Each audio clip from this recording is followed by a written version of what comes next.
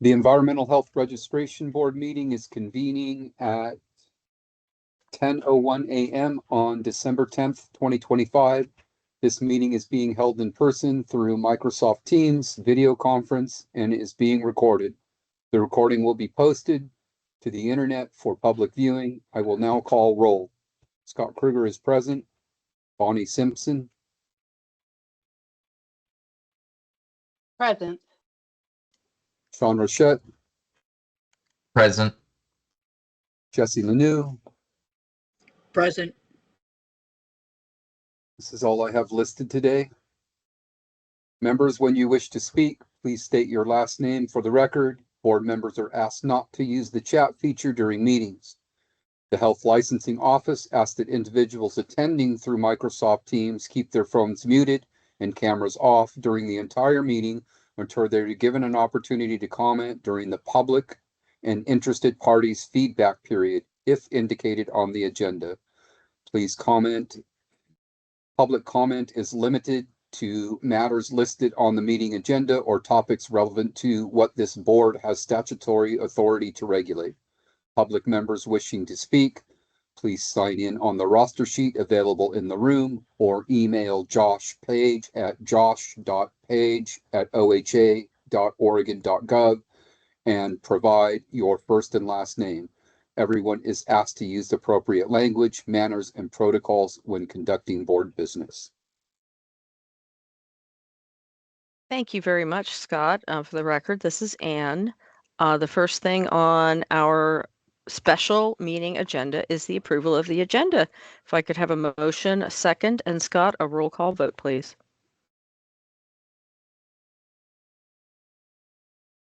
This is Rochette. I move to approve the agenda. Simpson, I second.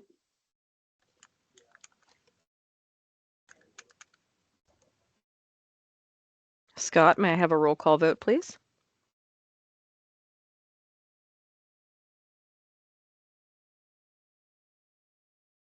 Have we lost Scott? He's muted. Apologies, I was muted. Apologies. Okay, Yes, I'll call the roll now thank for a you. vote. Scott Kruger, aye. Bonnie Simpson. Aye. Sean Rochette. Aye. Jesse Lanou. Aye. Motion passes. Thank you very much, Scott. If it's okay, Bob, I'll just continue. So I feel like a TV announcer. When we last met, we were going over draft rules that were aligned with Senate Bill 844, which made some changes to your board and your statutes. And while we were going over the draft rules, I noticed literally in real time some things that didn't quite align. So I took the language back to our advisors at the DOJ, and the more we looked, the more we saw lots of tiny little adjustments. As I mentioned earlier before we were on the recording, when you get a legislation, sometimes it's something so small, changes 8 to 9, changes 5 business days to 10. Easy, right? There's no reason. When you go through rules, it's a lot like doing a thorough. You can pick up a few things in your house and call it good, or you can really empty the closets and empty the drawers. And we thought this was going to be a tidying effort. And the more we looked at it, the more we realized we needed to empty some closets and some drawers. So lots of little adjustments and some additional questions today. So what I provided you with so that you could print things out, it's really hard to just look at the screen. Lots of people like to print things out and really look at them. I sent you a copy of our current statutes. I sent you a copy of our current rules. I also sent you Senate Bill 844, which your changes don't start until page 4, I believe, in that kind of housekeeping bill that had lots of things in it. And I sent you both a marked up copy of the rules, the strike through or proposed deletions, The bold are proposed additions, just like last time. And a clean copy if looking at the dirty copy made your head hurt, because we care about you. So what I was going to do is bring up the dirty copy on my screen and share it, and we can run through. We have some additional questions for you, but before we get started, I'll let you know that a lot of the real points that we discussed the last time did not change. But we will go through it as quickly or as slowly as you like. Does anybody have any questions right now? No? Okay. Nope, we're ready. Fantastic. You guys are Trojans. So I am going to share my screen. Please tell me if you can you see Division 5 in front of you? Yes, we can see it. Excellent. Thank you, Bob. Now I'm going to be looking at this. So Bob, if you could monitor if anybody has their hands up or if anybody could just interrupt, I'll slow my roll. I want to go through this as expediently as possible, but I might miss your hand because there's only so many things I can see on my screen. Are we good? Yeah. Yeah, Gotcha. and can you just increase the size of your screen because it's pretty small? Okay. Let me see if I can zoom for you. I think you liked about 120 last time. Tell me if you're still feeling it. A little larger, please. Okay, still zooming.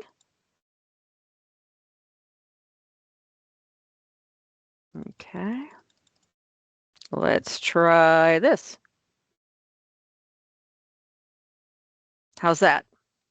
Yeah, this is Kruger. That's much better. Thank you. Oh, please, and ask for any adjustments. If it's in my power, I'm going to give it to you. So the one thing we wanted to ask from the definitions, I was going over this with staff. Sean, you're our wastewater specialist. Is our definition of wastewater sanitation as up to date as it can be? Or could the rest of you weigh in? Because this was something we didn't really have any new information on, and I just wanted to check that box with you guys. This is Roshat. I briefly looked at this before the meeting, and I do think that the emphasis is on the soil and subsurface, but I think in general the wastewater sanitation could be more broadly defined as the treatment and disposal of wastewater. So I think maybe that treatment piece is missing, other than it's actually mentioned in the very last sentence. But I do think that wastewater sanitation is inclusive of treatment and disposal. So that's what I'm trying to get at here. Okay, so treatment and disposal process, would that be more accurate? I'm looking more at the beginning of the definition here. Wastewater sanitation, are we okay with the art and science of applying sanitary, biological, and physical science principles? Are we okay with that? Or do you want to, Yeah, that's fine. Okay. In the evaluation, is it the evaluation and treatment? Is that where you like treatment? Gosh, I wish I had spent some more time workshopping some exact language on this. Is it wrong? I don't think it's wrong. I just think it's focused heavily on the disposal side of it and doesn't really touch much on the treatment, the initial upfront treatment. So disposal is just one part of wastewater sanitation. The actual treatment of the wastewater is the other part that I think is important and maybe lacking in this definition. Okay, could we get it in here and say principles in the treatment of wastewater and in the evaluation of soil for could we insert it? Or I think so. I think we could. okay. Yep. So, So we could say biological and physical science principles, yeah, in the treatment and Hey, the Ann, evaluation. yes, Scott has his hand up. Scott, please. Go ahead. I was just gonna play off of Sean just a little bit. Sean, does DEQ have any type of job description for a wastewater specialist? Like, is there any Yeah, documentation that like, I mean, I know we're a little late in the game here, but if there's something that DEQ specifically has that describes this position, maybe that would be good to share. I will pull things up while we're talking through this right now. I've got position descriptions. Because Does we could that, talk. Go ahead, Scott. I was just gonna, yeah, I'm sorry, this is Kruger. Um, would that be help or is that too cumbersome? Might be. It might work. Okay. Because I'm looking as we're both working. And again, I don't know how old their definition is either. Right.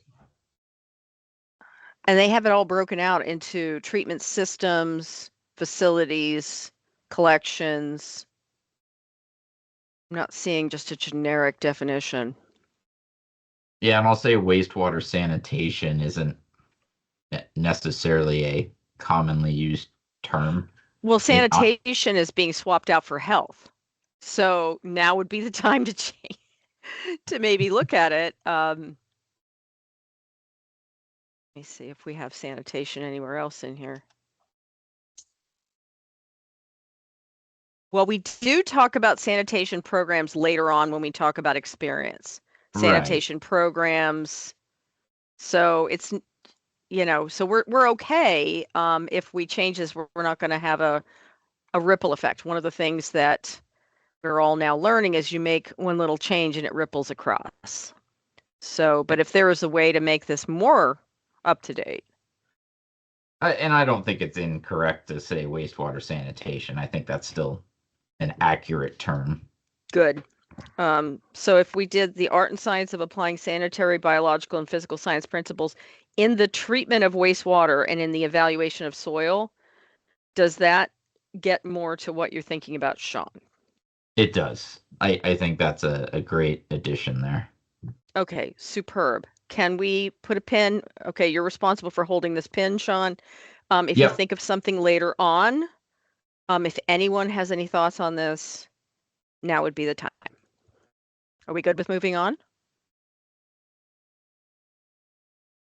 Yes. Okay, superb.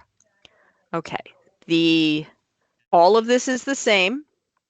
When we get to the registration of environmental health specialist, wastewater specialists and trainees, some of the additions that this overhaul created, we mentioned bachelor's degrees. We've had a lot of conversations on bachelor's degrees and the science courses and making them more generic now instead of specific science courses.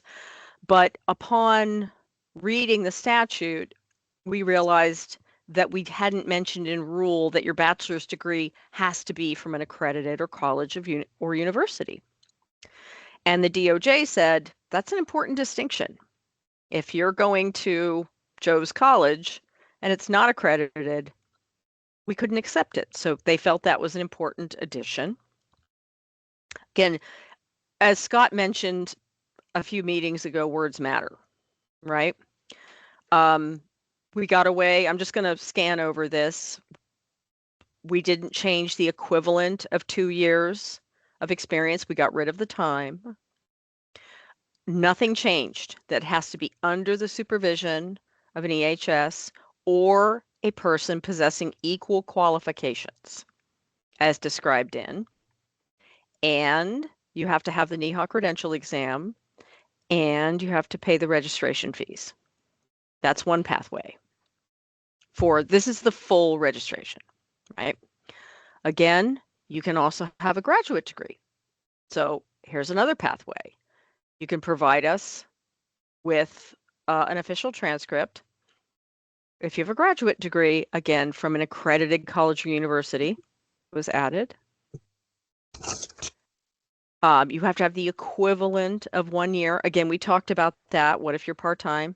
All of that remains. In environmental health under the supervision of an REHS or a person possessing equal qualifications and proof of having passed the NEHA. All of that is the same. And of course, you have to pay your fees. Now, we do have a question coming up. So reciprocity. This is people that have worked in another state. Okay, so the things they have to submit to get an REHS registration. They have to show a bachelor's degree from an accredited college university with the 45 science hours and 2 years of experience in environmental health. You'll notice the word work has been taken out a lot. The word work is not in your statutes. So that had to be removed. It can be any kind of experience, but let's be real. It's going to be work experience. And it has to be the right kind of experience in environmental health under the supervision of a registered environmental health specialist or a person with equal qualifications, or a graduate degree in our 3 accepted fields from an accredited college or university, and 1 year of experience under a person with equal qualifications or an REHS. Now, here's where, oh, you also have to provide us an affidavit of licensure. So if you're in a state that has this certification, this registration, you have to show us that it's active and you are not a disciplinary problem. You don't have any pending or active disciplinary action going on in that state. And here's the question for you guys. We had a conversation within the office. Do you think, as board members, that someone coming from another state should have to have shown that they've passed the NEHA exam, as we do with other pathways? Or if they've worked in another state, do you not think that's important? And we thought we would throw that open in front of the board. That was something that came up in our post-meeting RAC. Should everybody getting registered in Oregon have to have passed the NEHA? What say This is you? Favour. I say yes, absolutely. Okay. My only concern is that years ago, I believe my supervisor actually did a broad sweep across the country just to see who required licensure such as we do in the state of Oregon and who does not. Mhm. So I get a little concerned there because on item number B, affidavit of licensure, what if they are coming from a state that doesn't require that type of licensure? Then are they automatically disqualified? Not at all. And that's a superb question. If you have, let me see if we have, we do have a pathway where you can qualify through NEHA. Right. And that's if you have their active credential as a health specialist or a registered sanitarian and you've taken their exam, you can come in that way. Right. Well, so that too much again, I'm sorry, I'm not following protocol. This is Kruger. That's okay. That's okay.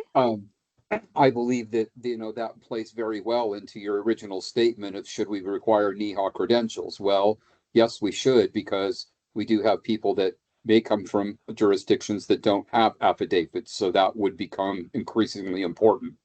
Absolutely. And that's something we've come across before. So we have a pathway where you can, I'm rolling back up, I don't want to make anybody sick. So we have a pathway, qualification through education and experience. Okay.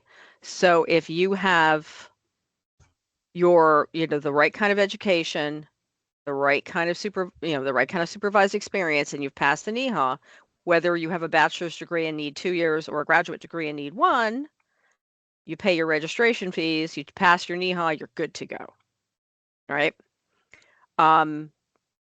If you have, and I'm rolling down, if you're coming from another state, you can show us that you have a bachelor's degree or a graduate degree and an affidavit of licensure, and then it's up to you.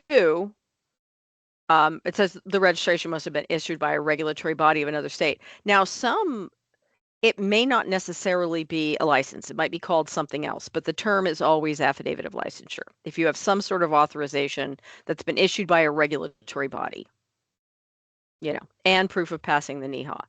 If those don't work for you and you have the credential from NEHA, you can come in this way. But all of them, the education and experience and qualification through NEHA both require having passed the credential exam. And that's why we asked, obviously Scott said yes. For reciprocity, if you're coming from another state, should you have taken the NEHA exam? And Scott said yes. Does any other board member have any opinions on that? I do. This is Simpson. I agree with Scott, so I'll just leave it at that for the effort of time. I think they need to have taken that. This is Fantastic. Rochette. I just want to ask the question, do we disqualify, and I don't know how all the states operate, but do we end up disqualifying folks that may have extensive experience in other states just because they haven't taken the NEHA exam? And I don't know the answer, just posing the question. No, it's fine. We don't have that kind of pathway right now, right? This was just the redo. I don't know if Tina wants to jump in on this, but where the world is now, you have to, usually it's people coming in through the trainee pathway. We have had a real problem in the past where people are coming from other states. Tina's got her hand up, and they have that NEHA pathway where they are a registered sanitary and environmental health specialist, and they've taken the NEHA, but we didn't have a pathway for that until 844 went through. Tina, please. So one of the answer to your question is, yeah, they wouldn't be able to come in. The reciprocity would help them, but if NEHA's added to that, they would have to have the NEHA exam. Right. So Tina Right, that's is saying the concern. Yeah. Yeah. So the concern is your concern that if they haven't taken the NEHA, that they couldn't come through this way? Correct. Yeah, that's my concern. Let's say somebody in another state's doing environmental health work, and they've been doing it for a decade. They probably have all the relevant experience to do their job, but they haven't taken a credential exam. Are we disqualifying them from doing work in Oregon? And with this in here, the answer to that is yes. That is correct. Jesse, you have your hand up?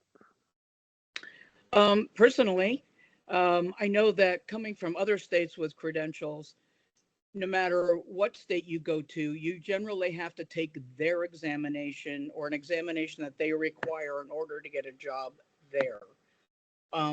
I think it's perfectly reasonable to ask somebody to take the NEHA examination. And if they have all of that experience, they really shouldn't have any trouble passing the exam. And that would just make sure that everybody falls into the same line when it comes to who is certified and who isn't. Thank you, Jesse. Bonnie? So having moved from Arizona to North Carolina to Oregon, I can tell you that all states' exams are not equal. And the NEHA exam is the bar, and I think that should be a requirement. I took the Arizona exam. It was like 2 hours, simple, no big deal. And when I moved to North Carolina, I was in no way prepared for what I had coming at me. So I think it should be there. Okay. Thank you, Bonnie. Tina? Yeah, if I remember right, back in the day, there was another exam too, and I think it was the PSI exam. They had a NEHA and another exam that was out there, and we had individuals that had come through with both. So this is up to you guys on what you need to do, and I'm going to leave it at that and raise my hand. Okay, fantastic. So I'm hearing that we are completely okay with making sure that people who are coming from another state have kind of similar things to what we would require in state, which is the education, the supervised experience, and the exam. You okay with that? Bonnie, your hand's still up. Did I miss something? No, I just don't know how to put my hand down. Okay, cool. No problem. Okay, so if we're all right with that, and thank you. Again, all of the strike through is kind of fine-tuned and placed up above. The pathway 3 remains.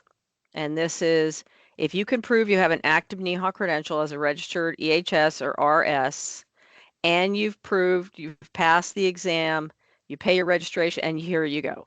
You are good to go. And this is the new pathway that Senate Bill 844 has created for us. And we're hoping that this is going to make, I mean, if you're coming from another state and you have, and we have this with other boards, if you're coming from another state and you have the NEHA qualification, why would you pay for an affidavit of licensure, go through all the proof of having to get your transcripts and show your education? You can waive this golden ticket and pay you have proof that you passed the exam, which you have to in order to get this credential, pay your registration fees, and you are on your way. Okay, so we're really excited about this. This was the big change that we wanted. Okay, so if we're okay, we're going to move into wastewater. We good?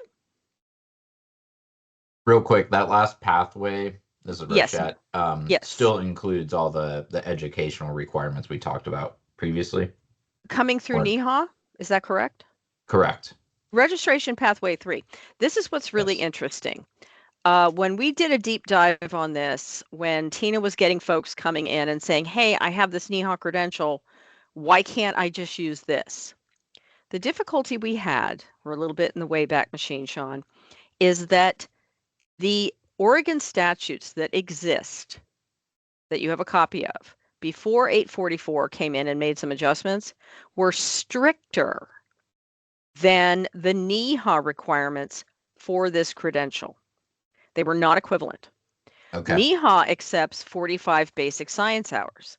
Our statutes required 45 hours in environmental sanitation, which is more strict and more narrow than this broad. And there was only one pathway through NEHA that came anywhere close to Oregon, and it wasn't as strict.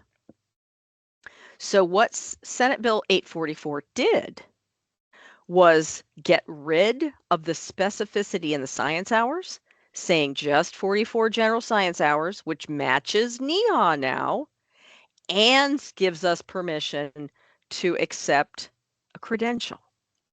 So so now Oregon has kind of come down a little bit and met NEHA where it was. So if you have this specific credential, they have a lot of little side certificates and things that but this is either, and I should have looked it up, it's either Pathway 1 or Pathway A, where they require the kind of education that Oregon does. They require the exam. They require all those things. So if you have this, it's a fast ticket to show us you have everything you need, because now we're equal. Before, Oregon was tougher. Does that make sense, Sean?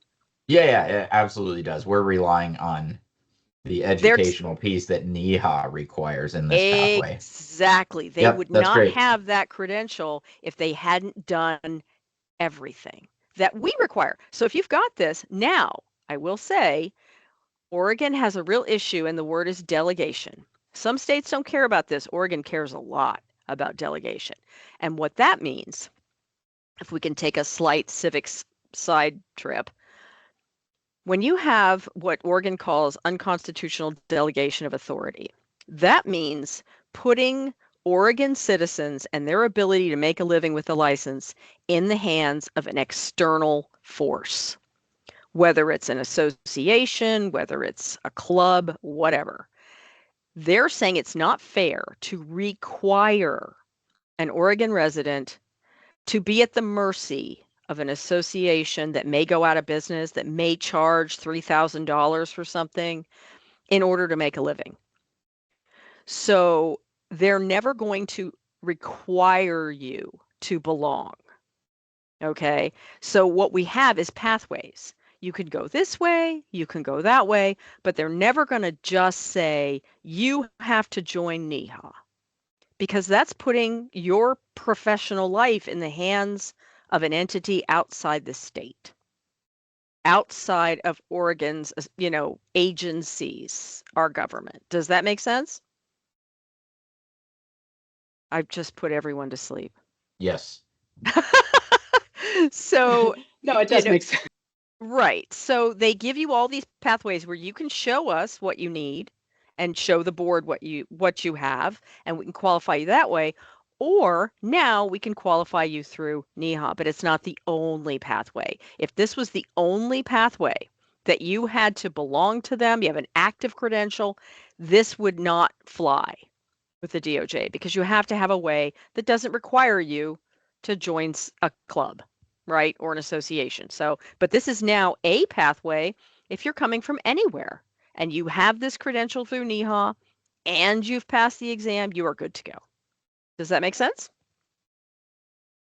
This is Kruger. Yeah, it makes complete sense. And yeah, Yes. it makes complete sense what you said about not requiring a membership. They can still get the credentials, but not necessarily have to be a member.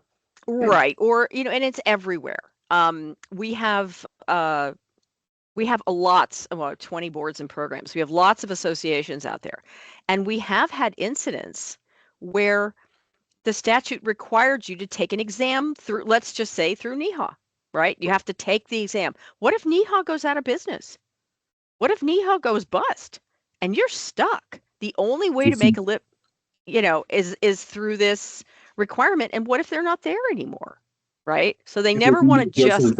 If you were requiring somebody to be a member of the Oregon Environmental Health Association and they went out of business or lost their 501c status, Then what do you do? We wouldn't do that. Yeah. So you're stuck. You're completely stuck. And again, the ability to make a living should not just be in the hands of an entity that could evaporate or decide to become predatory. Not that that ever happens. And say, hey, we're taking payments. We're more than happy to give you this credential. It's $5,000. What are you going to do? You got to make a living, right? And that's what they're trying to avoid. And when we have pathways like this, you could choose. You want to go, if you have this, you can go that way. Or if you just want to show us your transcripts and go that way, you can do it. Yeah. We good? Yeah, that's great. Thank you. Oh, of course. No, thank you. So again, we're now in the wastewater world. We are simply dialing in. You see education and experience. That's the statutory language. We just had to tweak that. Nothing else has really changed here. We did add from an accredited college or university.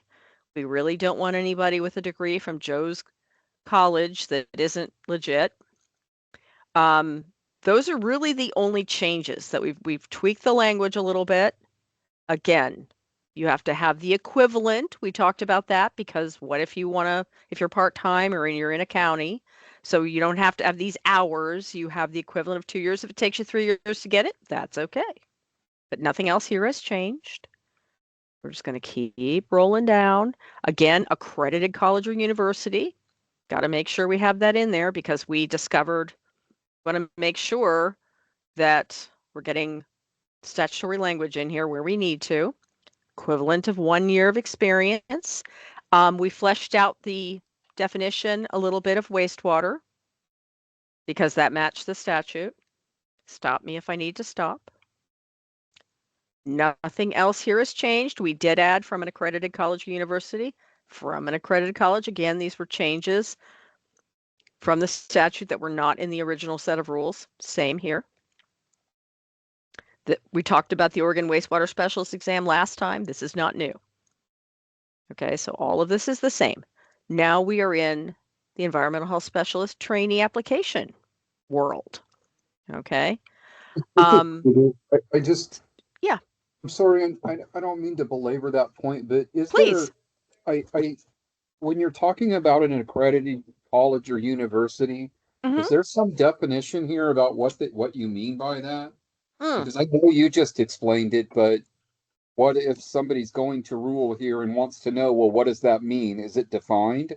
Yeah, that's actually accreditation is actually defined. It is, I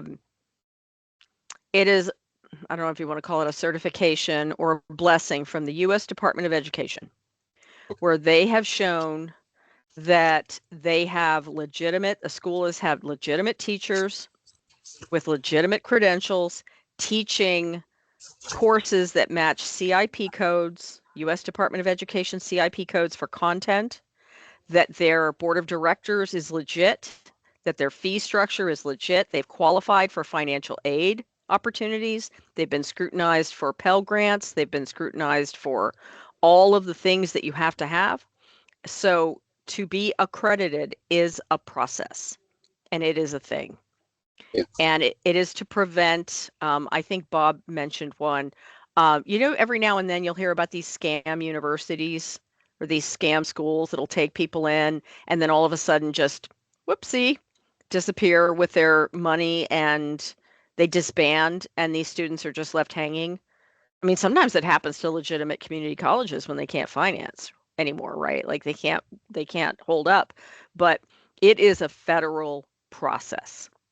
And it is the stamp of approval on your entire educational program, financial aid structure, curriculum, your instructors, your degrees, all of that stuff. So that is a thing. I don't know if we necessarily need to define it just because it's kind of like saying driver's license. But I mean, do you feel strongly about that? Hearing you speak about it, it sounds like more of a process than a definition. So, yeah, That's I well think said. I think when people are putting in their applications, then you guys would be, if I say I came from ABC college or university, you're going to do some follow-up to show that it's actually an official, it's It's not even something better than somebody made that. up on the internet. Guess what? It's even better than that. And we have caught diploma mills here before. They send in their transcripts because we have to look for the 45 science hours. And those transcripts have codes on them, have seals on them that, I mean, I'm sure you've all seen something that somebody kind of jumped up from the internet. It is very different when you get something on that special paper. That's why when we send out licenses, certifications, registrations, it's on that special paper. It's like everything about it screams official. And it has to come from its primary verification. We get it from the school. You can't just bring in your transcripts and say, hey, it has to come from them, right? So we have some quality checks in, that you don't just get a transcript from Joe's college or it says a smiley face on it and it says, yes, they went here and they gave us their money. You have CIP codes on there. You have, degree codes. You have class codes. You have all that stuff on there.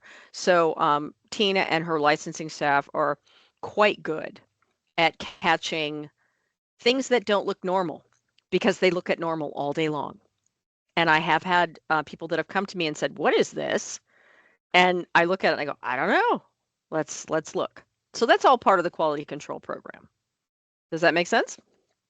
It does. Thank you for that Excellent. clarification. Of course. No, I mean, we do this all day long, right? And there's a big difference between Arizona State University and the Happy Fun Time School Camp, right? Like right away, there's some tells on it. And we have caught, Tina's staff has caught things from diploma mills before. So not usually at your level, but I don't think there's anything you could think of that hasn't happened here at one point or another. So, but thank you. That was a fantastic question. I have Again, one other quick question. This is Sean, what have Rishat. you got?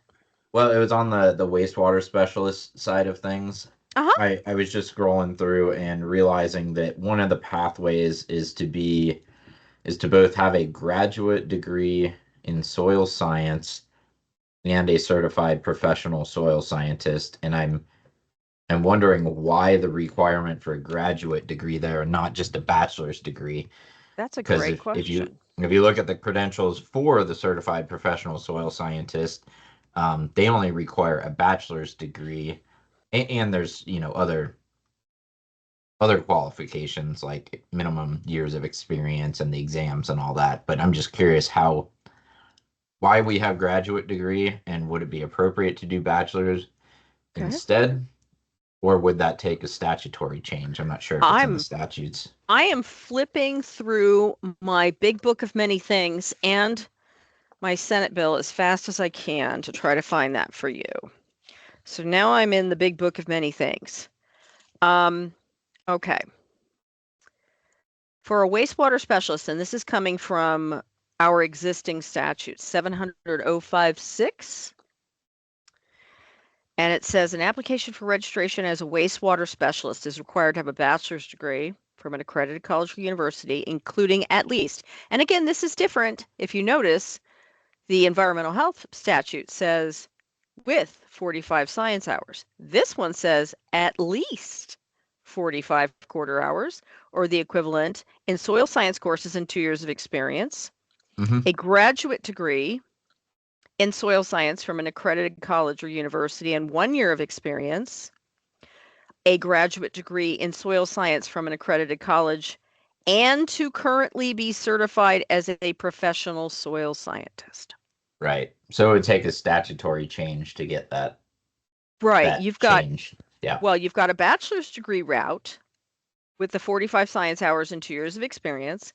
You've got a graduate degree in soil science and 1 year, or straight up graduate degree and be certified as a professional soil scientist. So those are the three options that are currently available to us in statute. If you would like a fourth option, that would take a change.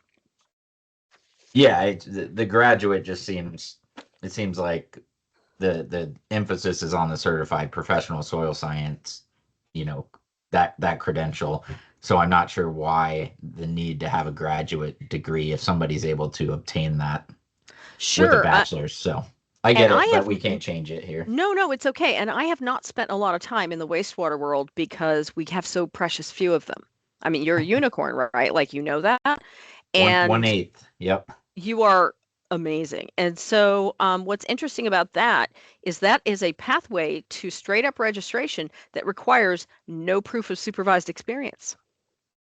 Right. So maybe that's part of the, certification for professional soil scientist, but it is. So that's built right in.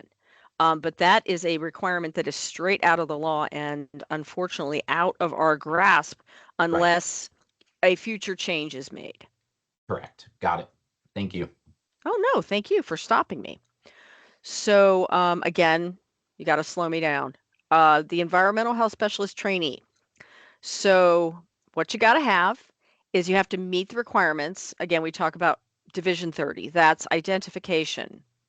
All the things you need to show that you are who you say you are, complete an application, and then submit examination fees, right? This is so that you can go ahead and take Tina says that a lot of people take the health specialist trainee laws and rules exam when they apply, right? They already have it. And it's all about HLO and how things work and what an extension is and all that stuff. But you got to pay for that.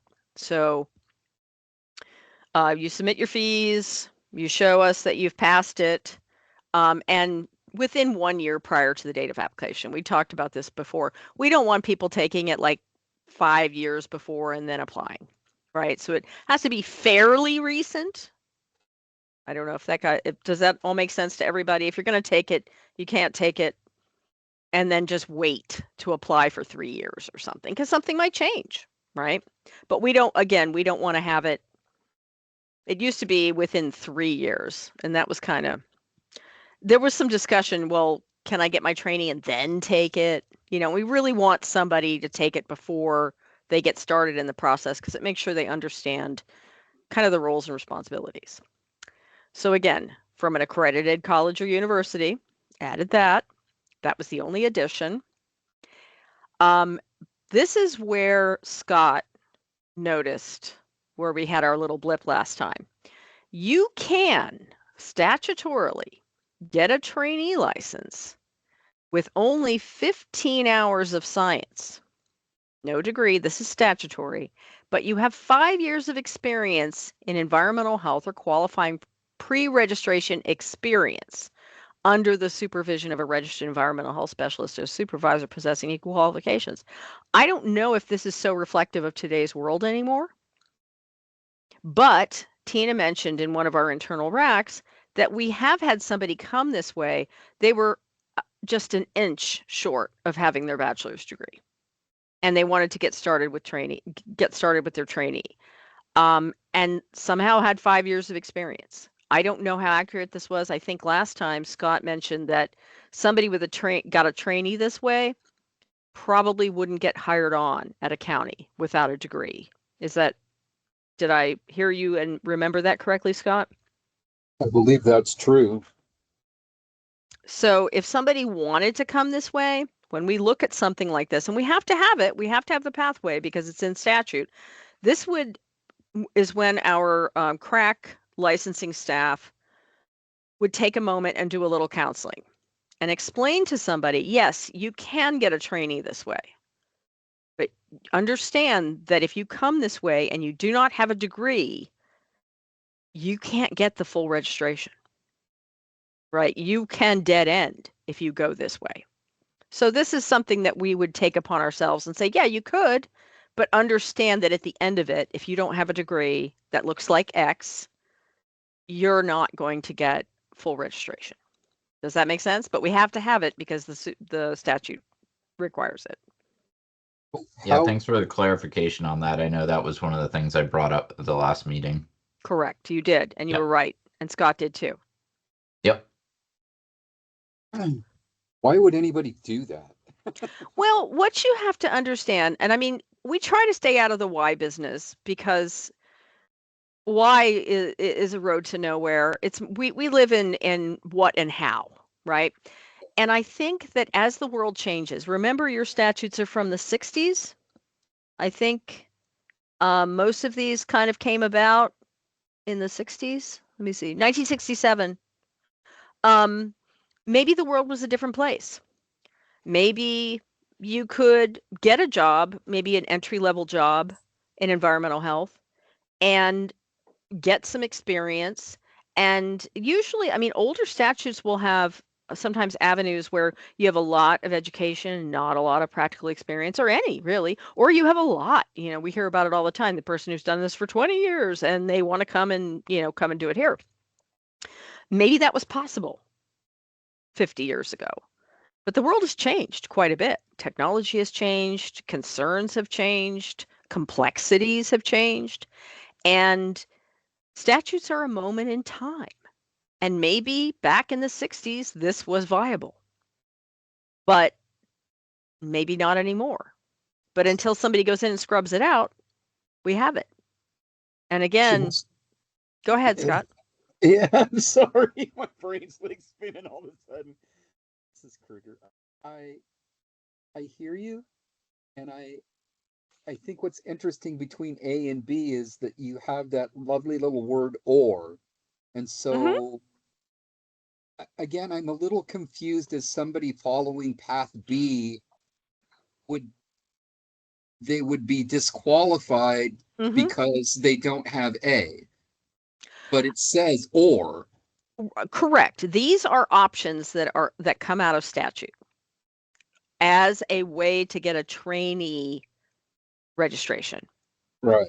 And we can hand you a trainee registration if you have to show a transcript that you have a bachelor's degree from an accredited with your 45 science hours or equivalent semester hours in science, or you can show a transcript that just shows you have 15 science hours.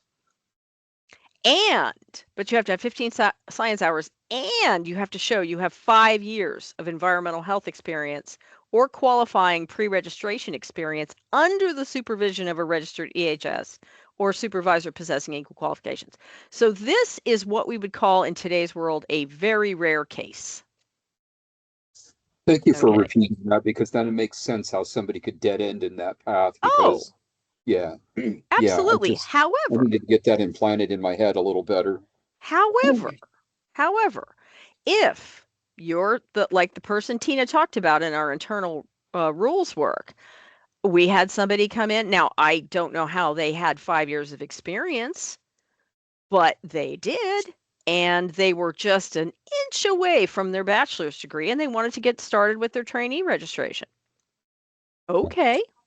But, again, because this is a path to nowhere, this falls upon our licensing staff, because sometimes people say, well, I can, but should you? Should is a different word, right? So we would advise if somebody came in and wanted to go this way, first of all, they're going to have to show that they have 5 years of experience under an EHS or someone with equal qualifications. There's a tough nut right there. If you don't have a degree, if you don't have, getting that is going to be tough. If by some miracle they do, because we've seen it all, we would tell them, remember, while you're getting your training, if you can get a county that would hire you under these conditions, which may not happen either, that's another bar you would have to jump. You have to have a degree on the end of it or you are stuck, right? So this is one of those things that exists, but is it going to be taken advantage of? Probably only in the rarest of cases. Much more common would be C. And this is where we got jammed up last time, because the statute that we were operating under did not have, and these are the big book statutes, right? Did not have, and 844 did not have a pathway for a trainee with a graduate degree. So this is where I hit the wall, right live during a meeting. And we went back to the DOJ, it was not my favorite day, and said, wait a minute. How can you have a pathway to full registration for a graduate degree and no pathway really for a trainee that only needs 1 year of experience? How can this be? So after a lot of back and forth, what we did, and know that we are going to seek a legislative fix. What we did is we took advantage, if you're following along at home, Senate Bill 844, if you want to take a look at Section 19, they gave us, the Health Licensing Office they gave us a list of powers. And remember, we talk about we only have the authority that we are given. Just because something it makes sense doesn't mean we can do it. Okay? So they gave us a list of things that we can do. And one of them is cited in C, which this alters statute 700-240, and this is called finding a way. So we are saying that we will give you a trainee registration if you have a graduate degree, and this matches the full registration, remember, in public health, community health, or another environmental health field, in lieu of the qualifying bachelor's degree. Because we didn't want to have people having to send us transcripts for the A pathway, right? So what we're doing, and this is proposed in front of you today, you can, whatever you think, we are saying we will take a graduate degree in lieu of the bachelor's degree pursuant to 700-240 D. And D says that HLO may provide for waivers of examinations or credentials. So we are proposing to the board today that to match the full registration pathway for a graduate degree, that we are creating a graduate degree trainee pathway. And we're saying we're going to take your graduate degree instead of the qualifying bachelor's degree, which we would then have to see, look and all that, pursuant to this exemption. And again, the qualifying bachelor's degree would have to have at least the 45 hours or the equivalent semester hours in science, because really there are only two current trainee pathways, the bachelor's degree or the crazy B. So we are proposing this in front of you today, this was a workaround that we found to keep people who can get a full registration with a graduate degree moving forward through the trainee pathway. So because this was something we came up with the DOJ, I'd love if you all have some thoughts and want to discuss it. I completely agree with that statement. I mean, why would you not accept a graduate degree as long as it's meeting the qualifying credentialing? It makes complete sense. And it provides additional pathways, which in the end of the day really helps us to, fill vacant positions. I like that, and it makes complete sense. This Thank is you, Simpson, Scott. and I agree. I don't see how anybody could argue against this. This is Rochette. Can I ask a question why we You- didn't just modify A to say bachelor's or master's degree? Because it's you're right. What would we be doing though? And that's a fabulous question because you guys live in the world of efficiency. We live in the world of defensibility, right? And would be commingling. Okay? Because you can't just say you're doing something. You also have to cite your authority. Okay? The power that gives you.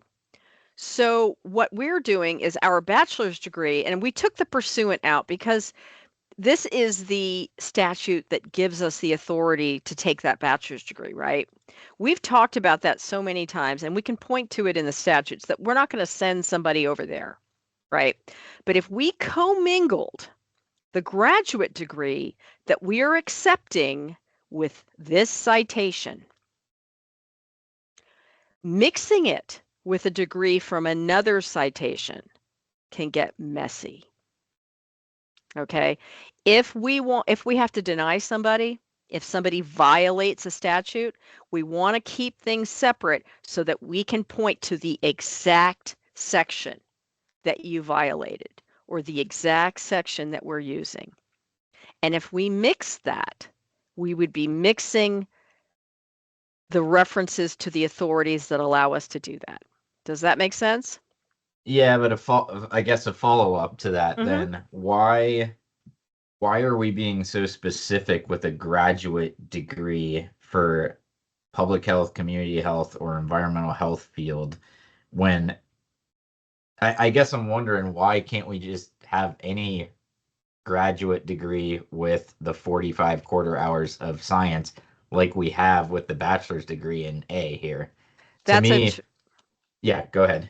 That's a terrific question. That comes straight out of the statute. One of the things that has driven us up the wall and around the bend, and I see your hand up, Tina, the existing statutes for full registration, you need a graduate degree in public or community health only. That is a direct citation. And we have had so many people try to come from right now, 700,030. To get an EHS, you have to have a bachelor's degree from an accredited, 45 quarter hours and 2 years of experience in environmental sanitation, or a graduate degree in public or community health from an accredited college or university, and 1 year of experience. That's it. The new legislation added or another environmental health field, but that is exact statutory language. If we want to go outside that, we have to get a change. Tina, what do you got?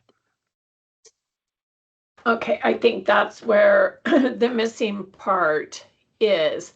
It used to be 2 years of experience for the bachelor's degree and 1 year experience for the graduate degree.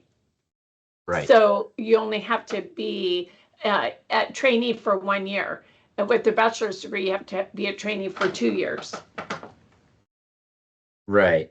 And that makes sense. I guess I'm looking at A here, and I feel like I've worked with people that have run into these issues, and they may have a bachelor's degree that's a Bachelor of Arts, let's say, but they have a graduate degree that is science-based. They meet the 45 quarter hours, and there's no pathway here, but it's not specific to public health, community health. And that is a roadblock that I think that's an unintended consequence of the language here. So I feel pretty strongly that, bachelor's or master's degree in A would be appropriate. But do you want, sorry, Anne, That's all right. this is Tina, but do you want them to go 2 full years if they have a master's degree of work experience, or experience, forget about the work, or 1 year? So I think that we need to Right. maybe spell it out more here in the pathway C of Oh, the, this is the trainee. right, Tina. right?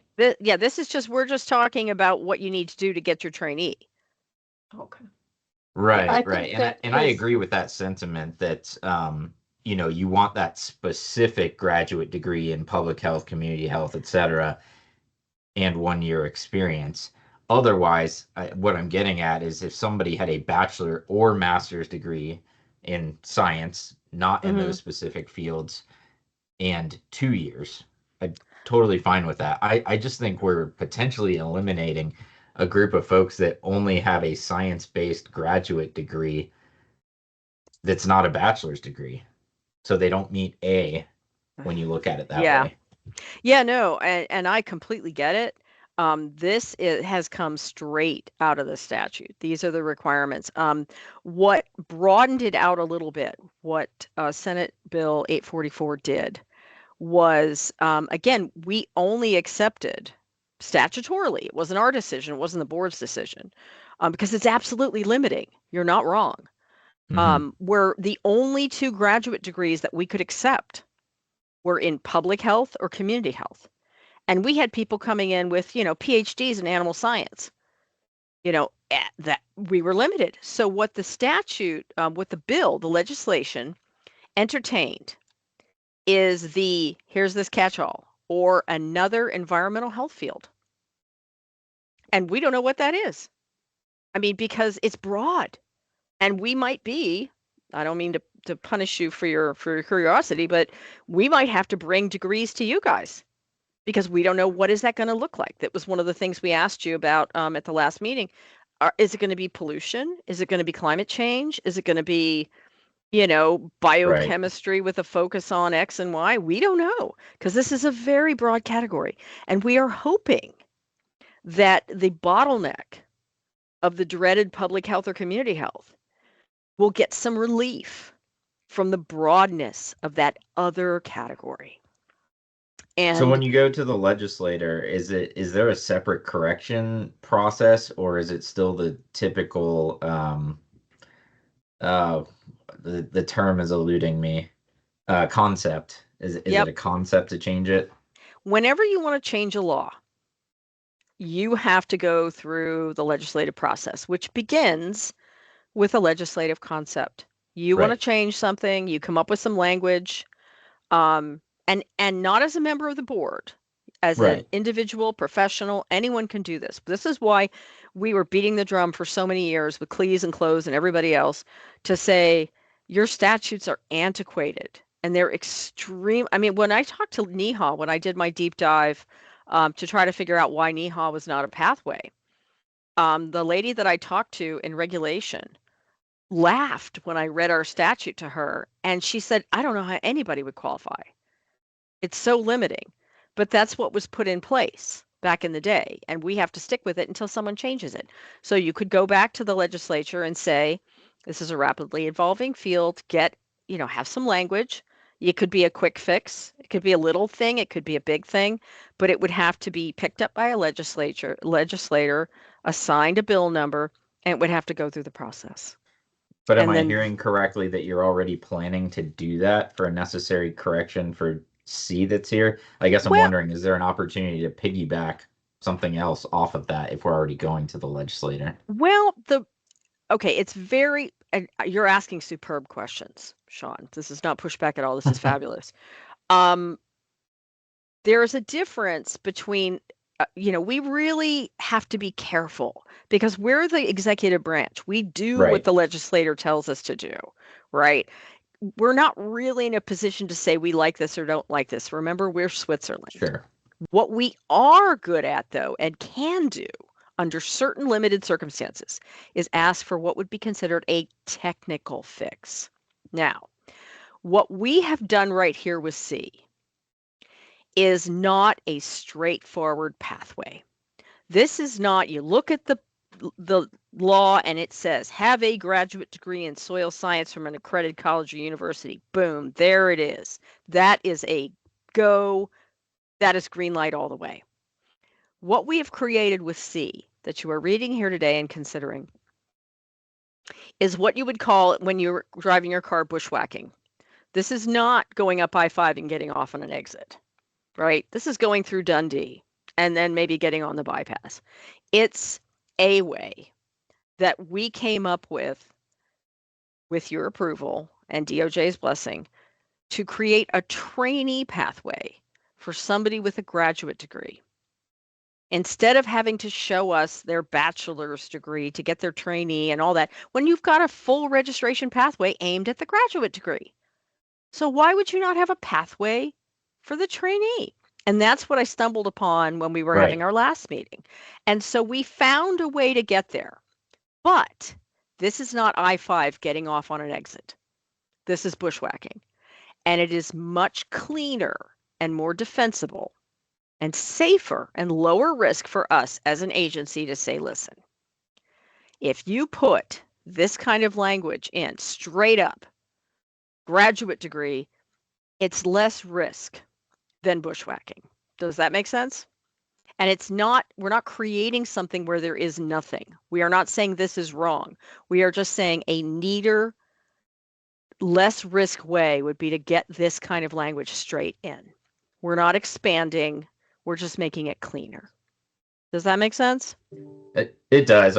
The language as it exists now creates an unintended consequence that is, it may disproportionately impact certain people. Are you talking degrees. about this? Well, that exists in the full registration as well. Right, it does. You're right. Yeah. And you're absolutely right. We are hoping that, and I see your hand up, Scott. We are hoping that this another environmental health field will widen it out, that we're still going to get qualified people, but we don't know what another environmental field might look like. We might end up calling a meeting to say, hey, does this qualify? And you guys would have to let us know. Scott? I was just, as we're having this conversation, I was curious, why are we not consistent with the language in the previous chapter of 0016 where it talks about registration pathway 1, 2, or 3? Why is that language missing on this trainee side for A, B, and C under 0017, where it says pathway 1, pathway 2, pathway 3? Because that's clearly what you've laid out here, but the language isn't consistent. Absolutely. Environmental specialist trainee is, in order to have a structure like that, we would need to have hugely different pathways. It's sort of a creature of how we have to line things up for the Secretary of State. It's just one trainee, environmental health specialist trainee. Every single trainee has to meet certain things, right? It doesn't have the variability of pathways where you're showing us a combination of school, experience, pay your fees. They're whole meal deals in different ways. There's only one trainee.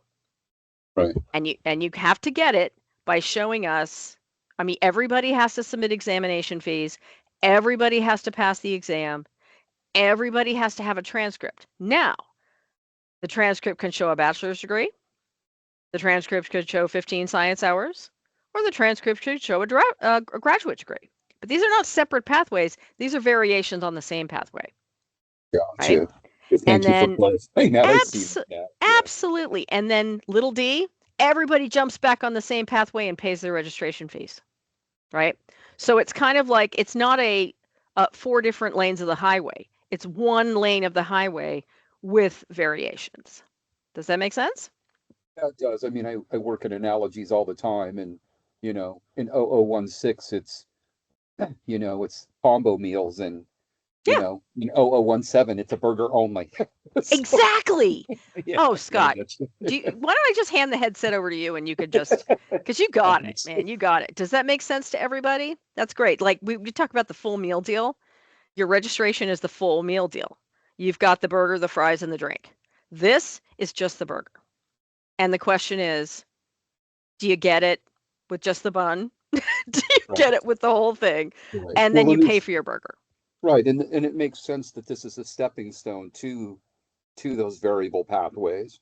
Right. We're getting you your trainee burger so that you can then get your experience fries and take your soda exam. Does that make sense? Yeah, absolutely. Thank you. And yes, to your point, Sean, whenever you have limitations, whenever you have specificity in statute, it gives and it takes. It gives you a known entity as far as education. It takes and that it takes away flexibility. We are hoping that the category another environmental health field will be broad enough to capture lots of different things and expect phone calls for special meetings where our licensing staff might have to put a degree in front of you and you guys would have to decide, does this qualify as an environmental health field? Okay. Right. And I can see that playing out right now. You have somebody Mhm. with a bachelor's in physics that Yep. meets pathway A, but that seems like a stretch to call an environmental health field. And so Well- you have a more educated person, theoretically, with a graduate degree that can't get a trainee license with that graduate degree only. Exactly. But the nice thing is, if they step down a little bit, they might be able to use their bachelor's degree, but they're going to have to get more experience. So there's still a way, right? And the important thing is that you as a board and getting people you want to have people that are qualified and you want to have a way. And so there is a way. The only real brick wall that we can find is B. B for the brick wall, right? But the other way is, okay, I don't have a graduate degree. I have a graduate degree in I don't know what, marine biology. But if you really want to get into this, do you have a bachelor's degree? Is your undergraduate degree, do you have 45 science hours? If you went into marine biology, you probably do. You probably have biochem. You probably have some of those things, the dreaded biochem. And then you just get an extra year and you're on your way. Pass the NEHA, you're on your way. There aren't a lot of brick walls. Okay, so, but yeah, if you want to expand that out and just say just a random graduate degree and you guys are okay with a graduate degree in underwater basket weaving, that would be fine, but that would require a statutory change. We're just grateful for the flexibility of option 3 here. Are we okay? Jesse, you still with us? Bonnie? Yes, I'm still here. Simpson. Thank you. Jesse, you still with us? Yes, I am. Thank you so much. You guys doing okay? Yeah, I think so. Wonderful. Okay, so this was our workaround. And again, we don't know, just like anything else with legislation, it's a vortex. You never know what's going to happen. We're going to ask for a technical fix so that this is not bushwhacking. We are hoping that we can get C as a technical fix, a straight up pathway. But in the meantime, if you guys are okay with this, we're going with this. Does it make sense? Would what I mentioned this whole time not fall into the realm of a technical fix? If you're looking at contracting or expanding existing language, like if you just want to say any degree, any graduate degree, if you want to add something, that For a would be trainee, I think it makes sense, for yeah. Yeah, and what we wanted to do was, and again, we're bushwhacking on this one. We Right. wanted it to match the full meal deal above. Yeah, That I if get it. Yeah, They're and both if lacking. Yeah, they would both have to change, and it's a flaw in the way it's written now. So I Right. don't want to beat this to death. I No. get it, but we need a statutory change on that. It's just a big unintended consequence, I think, that It's a struggle. It is Yeah. a struggle. Whenever you say that you need to have something very specific, it makes rules easy because you have specificity. The other side of it Right. is that you're limiting, right? So as we move forward, again, we thought that, creating this at least provides a trainee pathway for somebody who is aiming for ultimate registration with a graduate degree. And for that reason, we are matching the requirements above, because not just finding a pathway, but then completely changing the intent would be very high risk. And we don't want to do that. And I think the intent's there. It's just limited to bachelor's degree. So anyways, I'll yield there. This is an improvement, but definitely missed opportunity at the legislature to expand on that A pathway. No, and you're completely right. I will just make one more point for the record. This was not a concept that was put forth by an association who has broad authority to say, we don't like any of this and we want to have it all changed. Because no one was stepping up to change it, and public health was dealing with all the brick walls in the current old, outdated legislation, they played one of their cards to get some small changes made to at least loosen it up a little bit. But again, they're not an association, they're public health. And when a government agency like that goes for a concept, you want to go for really low stakes. You want to make the smallest changes you can with the maximum benefit. And that's what they went with by getting rid of environmental sanitation, just having general science courses, adding this extra little thing. But if you want a true rehash, it makes the most sense for it to come from an association or from a professional group that says that the world has changed and we need these things to match. But we're very, very limited as the government. We have to take low risk and make small changes and hope that we can get it through. That's why it's part of this giant omnibus thing. It was more like a housekeeping thing. Doing sweeping changes from an agency, it just doesn't go that way. Does that make sense? Oh, totally makes sense. It's something I'll probably bring to the Oregon Environmental Health Association, see if they want to do anything with it. Great. And that's a great place for me to now do what Bob normally says, which is, we are Switzerland. We don't have an opinion. We have to stay neutral and do what the legislature and the boards tell us to do.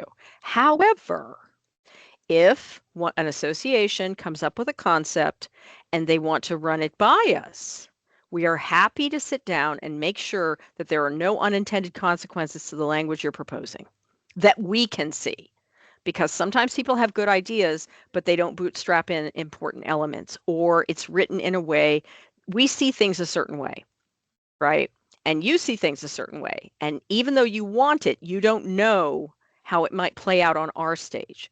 So we are happy to sit down with anybody and look it over and say, hey, this will work, or you might want to consider adding X, or think about this. We are happy to do that with you. Sounds good. Fantastic. Okay, so now we're in the wastewater specialist trainee requirements. Again, give us a form, send in your trainee registration fees, and submit transcript showing a bachelor's degree with at least 45 science hours, or an official, and this is all fine. This all came from the statute, but we added the accredited college or university. Again, we're trying to avoid fraud. Okay, those are the only changes. Nothing changed in the general examination information. Unless someone stops me, we can roll on through. There was nothing that changed since we spoke last. We did make some small adjustments in the examination area because the world has changed quite a bit since you guys had these statutes or these rules done in 2012. We have the trainee exam, the laws and rules. It's on Workday now, or which is the online platform, and people can use the administrative rules or the statutes to look things up. And NEHA gives the environmental health exam. The wastewater exam is still given here, and it's an all-day process, and you're allowed to bring textbooks and your own calculator. Okay, so based on that, we made a few changes. Examination candidates must adhere to the maximum time allowance. We don't have those anymore, right? NEHA has their own time limit. We don't get involved in that. And if it takes you a while on workday looking up laws and rules to pass the trainee exam, okay, that's fine. So we took that out. The first part of what was 8 doesn't really apply anymore. Communication devices such as personal computers and pagers. If you're here taking the wastewater exam, which is really the only one that you'll take here, you're not allowed to bring in a cellular telephone or anything else that we look at in the future and say, no, you can't bring that in, right?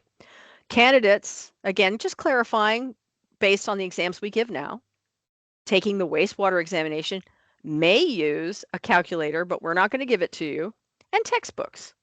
That didn't change. Okay.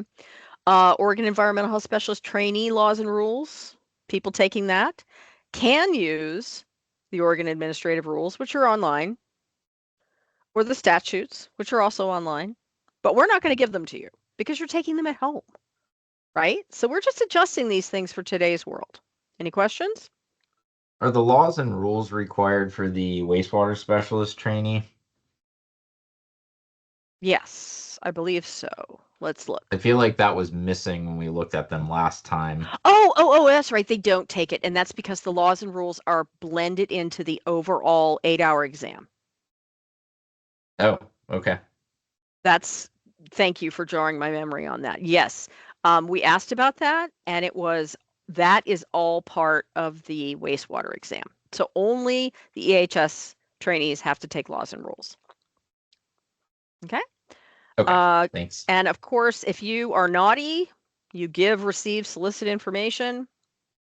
What we do is if you try to take any examination information, and believe me, it may not happen in your group, but a lot of this is general to HLO, and HLO has caught people cheating. It's pretty amazing. If we tell you to leave something behind and you take it in or anything like that, this is what happens if you cheat. Okay, and we clean this up if the candidate's examination is deemed invalid, and this is really only the wastewater. So again, it's unicorn time. You might be required to reapply. You might have to pay again to take the exam, and you might have to request in writing to schedule a new examination date because we caught you cheating. It's just kind of, this is what happens if you don't stay within your lane. Okay. Could I ask if this is Kruger? Of course. I heard what you were saying about this language being obsolete, but I guess I'm still trying to process, like, people still take notes, people still have notebooks and other types of devices. Why are you striking that out again? Oh, note-taking, textbooks, notebooks. Right. Essentially, because the only examination we give here at the office is the wastewater exam. Right. It's open book. Right. Right. So the only thing that we are saying is inappropriate, right?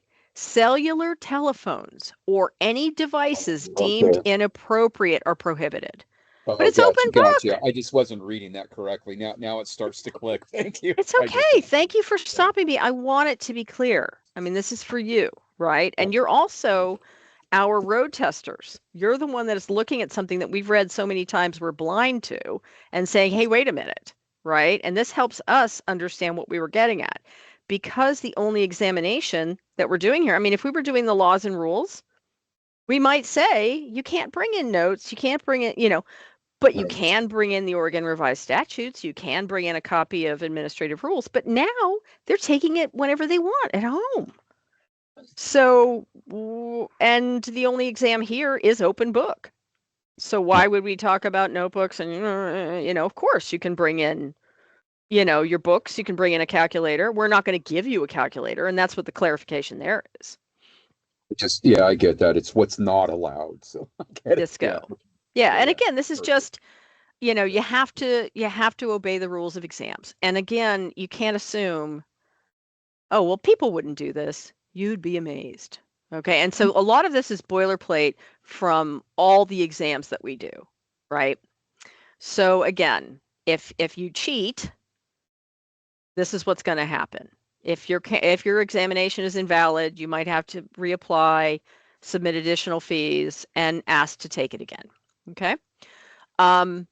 This is no longer the examination retake. Your old statute said if a wastewater person doesn't pass on the second attempt, they have to obtain permission from the board to take it again. That was struck by 844. So we renumber and we just say all examining retakes are subject to the approval of the schedule set by the office. Because again, we only have so many testing stations and this is a very big exam. And you have to pay all the fees associated with taking another one. That's it. So we're getting down here. We've done a few little adjustments. Whenever you have to do this and this and this and this, we want to make sure we have the correct ands, and I missed this on the first one. So all this is just adding, you have to, submit the following: renewal application and payment of late fees and attest to it, so that's all that is. Number 5, I don't know where that came from, but that is not statutorily defensible. So that's getting struck. Are we okay to move on to registration extension? We all good? Yes, we are. Yeah, I think so. Thank you. Thank you. Thank you all so much. Okay, so we had to reword some things. Obviously, number 1 is in the Wayback Machine. And one of the things when you do one of these, instead of little adjustments, you do the whole full house cleaning, opening the door, the closets and the drawers and everything, is you have to look at something and say, what is this? Like, what was this aimed at back in 2011? And you don't just add things. Sometimes it makes sense to get rid of things. And that's what 1, 2, and 3 was. We were just like, what? We were talking about a person who's a trainee part-time or has a life event. Rather than say, you can't be a trainee longer than full-time, what we did was we allowed them to extend because it's clearer. It's always better to say you can do this rather than don't do this. You can't be a trainee longer than 4. We just said, okay, you can extend it 3 times and each one's a year because it's just clearer, right? So we just said to extend a trainee registration, you have to submit a trainee extension form, pay trainee extension fees, and extend in consecutive uninterrupted 1-year increments. And this allows, if you're a graduate, you've got a graduate degree or graduate trainee, you only need 1 year, you just take your 1 year. If you need longer than that, we're allowing people to, this is the conversation we had last time, extend no more than 3 times. Oh, and Scott, here's your little gift. You wanted board approval. If they have to extend, they get a year, they can extend 3 more times. If they need to extend beyond that, you do have the authority to ask them to submit a request for board approval. And that is within your authority. I know you wanted that last time we asked and they said we could. Yeah, and it's interesting because the board only meets very, we don't meet that much, twice a year. Would this be something that would be spelled out as a special session request? Yep. Or Yep, we can absolutely do that. Whenever we have cases, and your board is incredibly fortunate in that you don't have a lot of lawbreakers. Whenever we have a special circumstance, somebody need, and we have other boards where if people fail an exam more than 5 times or something, they have to ask to continue to test. If they continue to fail, they might be asked to or told in order to test again, they have to go back and repeat some education. We have this in other boards, but you only can do it if you have the authority. So if somebody said, okay, listen, I have extended my trainee registration, and this would come about, starting in 2027, something like that. I've had several life events and I've had 3 extensions and I need more. We would call the board together for a special meeting like we're having today. We would just call a meeting and say, we're not going to have reports. We're not going to have the finances. We just need to address this issue. And put a pin in that because I'm going to ask you for another special meeting in February to approve these permanent rules. So that's all it would take. Whether we have a case, we do it all the time. We don't want to make somebody wait 6 months, 7 months in order to have their case heard, or to find out if they're going to be disciplined. Could just call a special meeting, and we just label it as special, and that's all we deal with. It's usually pretty quick. How do you handle, what if people have special needs requests for educational purposes? Like, for example, somebody has ADHD and needs special accommodations. Are there any accounting for those types of situations? Yes, I would let Tina speak to that. We have staff that deal with accommodations. I don't know if Tina's available, but usually they can request. And again, it would be the rare person who would need an accommodation on the wastewater because they could work at their own pace on Workday. That's an online that doesn't have a time limit on it. Right. So that's already kind of self-accommodating. But yeah, we have specialists here that schedule if English is not your first language, and I'm speaking a little bit outside my zone, so don't hate. Oh, Tina, please. Yeah, we have accommodation paperwork that if somebody needed like a 2-day exam because they've had, say, a brain injury or they're dyslexic or English is second language or something, there can be paperwork filled out to do like a 2-day exam if needed. So it's a case-by-case basis. A doctor would also fill out the part if there was a special accommodation, and then the interpreter is something completely different. But there is paperwork for both. Well, it seems like it plays into, somebody was needing some extensions as to, why.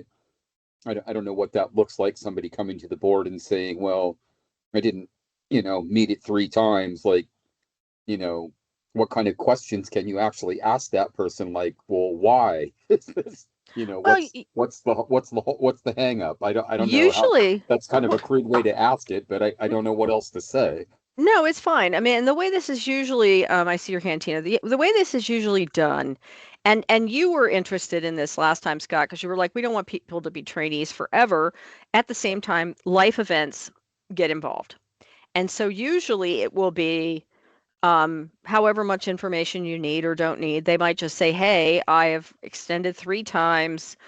I want to keep going, but, and they might, I mean, it's a case by case because a person might say, hey, I had to go take care of a family member. I had to interrupt. I had a pregnancy. Something didn't go so well. And I'd like to continue my trainee. And the board just goes, okay.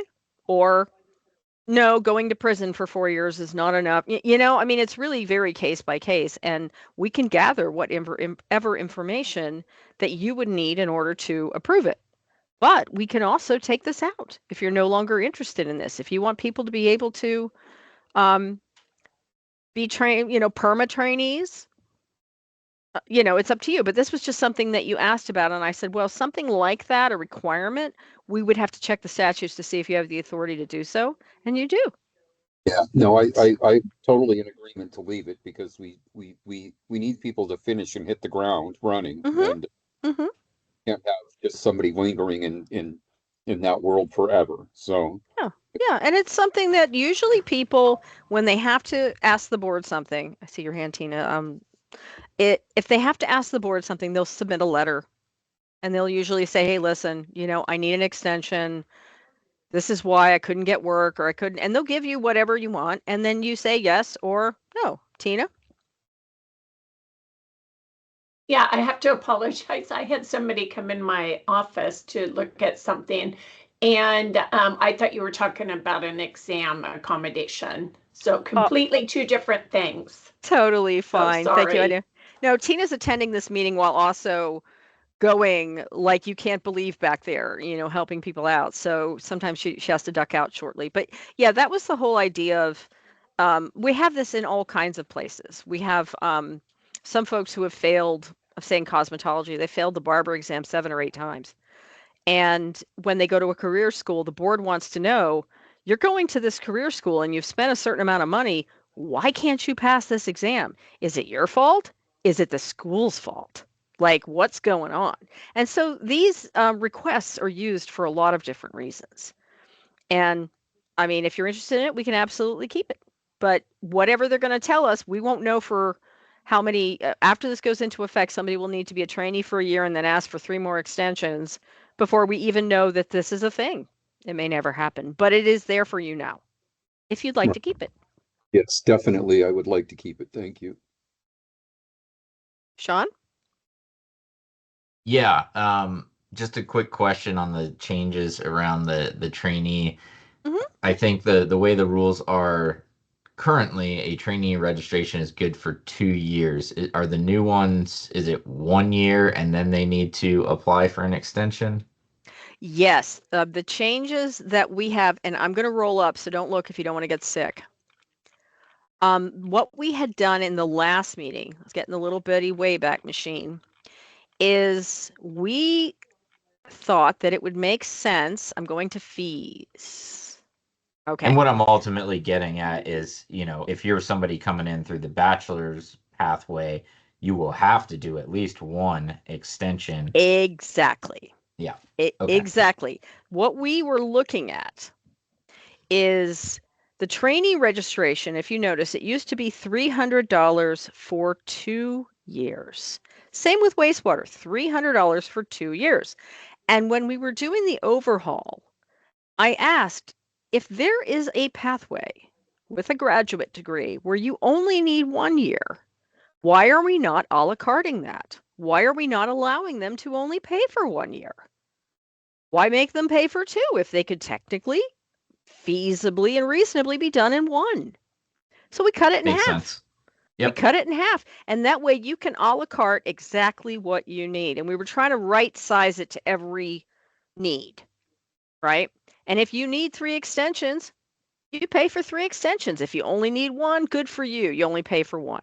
Does that make sense? Yeah, it makes sense. It's just, you know, it's that one additional step that a trainee needs, most trainees will need to take, but that's fine. Makes sense. Well, and you know, again, we were just trying to match the time periods and the 6 months. Right. The other thing, the 6 months, when you think about the old statutes, I say old, you know, as if they're not existing today. They are. All of the time traps, that's what we called them, were time traps, where you had to log your hours and you had to get your 3,800 hours and you had a 2-year trainee license or registration, but then you had to renew it in uninterrupted 6 months increments. And so you had all of these time things. Meanwhile, you're trying to work, you're trying to get ready to pass an EHA. It's like, how many of these weird little time things are we going to allow to pollute somebody's life? So we just these thought are good that changes. Yep. 1 year is easy. If you only need 1 year, if you only want the French fries, take the French fries. You don't need to take the things you don't need, right? And so that was the theory. But again, this is before you.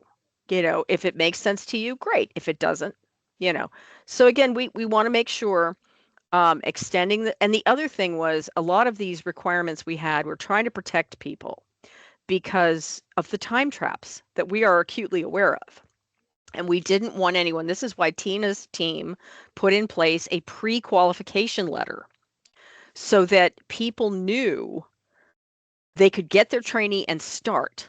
Because if they got their trainee's license and they didn't start for 3 months, the clock was ticking and they were already behind because they had to get that 3,800 hours. And the statute said that a trainee employed full-time cannot renew.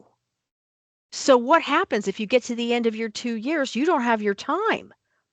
You have to reapply and incur all those extra costs. And so what we would do is pre-qualifying letters so that you didn't start the game before you had it in your hand, or the other way around, right? So now that things are more relaxed and that you can take 3 years to get your 2 years, it just says the equivalent. So now we can just relax all of those things that were meant to keep people from getting stuck in time traps, right? Because we care about people. We don't want folks to bumble into something where they have to reapply and they can't work until they get their new trainee. And what if they only needed like 30 hours and they had to pay for a full 2 years, get a new time? Meanwhile, they can't work. Their employer is missing out on work for what, 30 hours? It's crazy, right? So we try to manage all of this, but now we're just trying to right size things into things that make sense. Okay. So we didn't make any changes last time to equivalent supervisor qualifications. You know, again and again, we've seen that phrase, or equivalent, person possessing equal qualifications. So this was something that the board came up with so that we didn't have to a la carte one-off what equivalent qualifications were. Does that make sense? So we outline in rule a supervising person possessing equal qualifications as an REHS if the person holds the bachelor's degree. Again, we see it, or a graduate degree. A lot of this aligns with the qualifications in Oregon in order to get the registration. Okay. Again, the word work does not appear anywhere in your statutes, which I find hilarious. So we had to change to gains experience. Same thing. And all of these requirements were run by you last time, which was adding NIH, adding CDC, adding the RAC actually suggested epidemiology. You guys, I spelled this out because there was no first reference for HACCP again. Or performs the duties. And here you go. Here's the other one.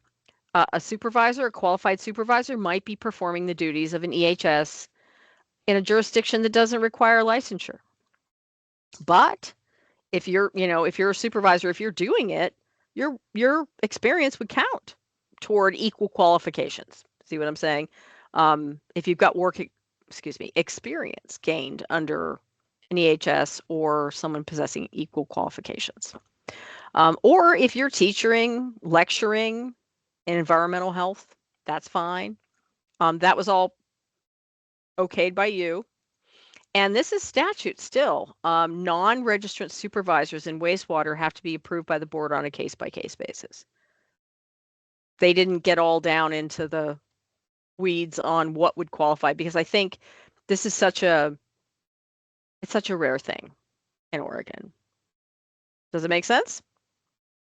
We all good? It does make sense. And I think I was in that environment where my supervisor wasn't a registered environmental health specialist, but I was assigned to a lead staff who was, so that I could complete my trainee, and which wasn't really spelled out like it is now. So yeah, it makes complete sense. Keeps people moving forward. Yeah, if it's super vague, it allows for a lot of variability. But when you have licensing staff that are in the back looking at something, they're not experts in the field. And somebody comes in and says, I do X and Y for this and this. Having it lined up like this is as much about not qualifying as qualifying. Because folks can be very, very creative in saying, well, I clean my mom and dad's koi pond, so I'm an expert in water management. You know what I'm saying? And so we want to be able to say, okay, this is the level that we're talking about. Wastewater is such a unique case that it's going to be, you would have to judge that case by case. Okay.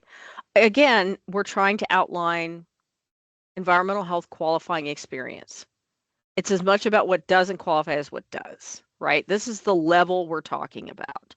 I got one quick question. Please. How did we end up with wastewater as 2 words instead of 1? This could be an ancient question. No, it's not an ancient question. And as a professional editor of 17 years, this causes me no end of agony. That's the way the statute does it. Well, right. And it drives me nuts. It drives the editing functions in our computers nuts. In some cases, I think Chicago style, it's 1 word. In AP style, it's hyphenated. But this is the way it is in our statute. And yes, it hurts. And here we are. And I would love to change it. But again, if they spell labor LABOUR per, the European continent, that's what we got to do. Even though nobody in America uses the U. We have to. Yeah, that would be a real fun I legislative agree. concept. Get rid of the It's space. please, for me, just as a personal gift to me, every time I see it, it makes my teeth hurt. Well, But as a wastewater specialist, it bothers me too. it should be one word or it should be hyphenated. But yeah, I Right. get it. But that's the way it is. Again, good questions, and your eyes for detail are immensely impressive. So again, this is nothing new from our last trip around the block. Again, we talked about what doesn't qualify. And we do have, Tina has examples of this where people come in and they have a degree in X and Y, and they said, well, I was an assistant manager at a restaurant. If you are managing a restaurant chain at the corporate level and coming up with vector control and water systems and all that, okay, that's one thing. But these things were listed before as not qualifying. Production line work, repetitive samples, experience as a restaurant cook, server, or greeter. And the reason this is there is we've had people say that this qualifies. Pest control or extermination services, it's different than vector control, right? Or non-licensed sewage disposal service professional. That came from you guys, and thank you. Was there anything that you wanted that was different from the last time that you thought about afterwards you wanted to add or take away?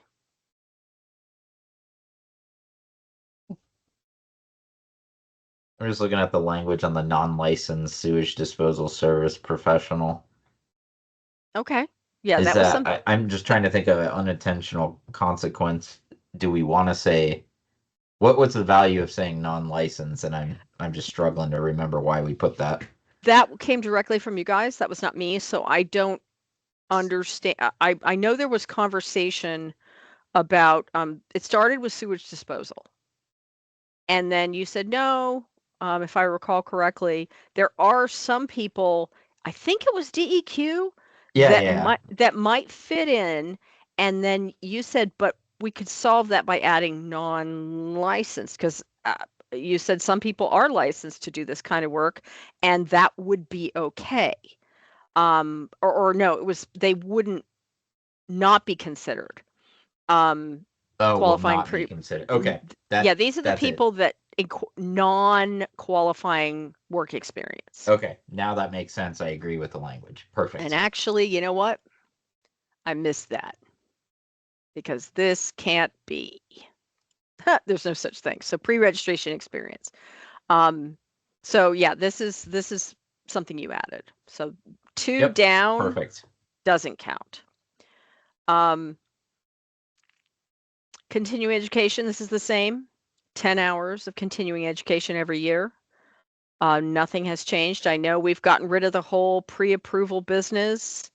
We're saying as long as it pertains you receiving information according to your definition of environmental health. We didn't want to try to quantify it because you guys have such a broad scope. And wastewater, one is broad, one is specialized, right? So as long as whatever CE you get relates to the definition of your work in the statute, fine. It's great.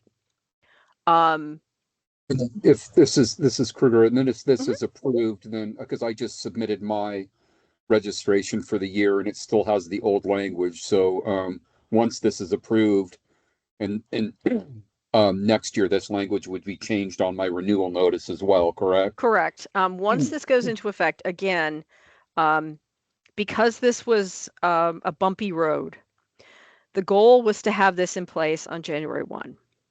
Obviously, we're not going to make it, right? We've just had too many technical things we needed to work out. And, I have never missed a deadline, and I've been here for over 10 years. I have never missed a deadline. But when you start getting into technicalities and you start peeling the onion and you're finding things, right? It's like renovating a bathroom and you find a portal to hell or something behind a wall. Oh, I didn't expect that, but you have to deal with it. once we started peeling this onion and encountering some complications, we knew we weren't going to make the deadline.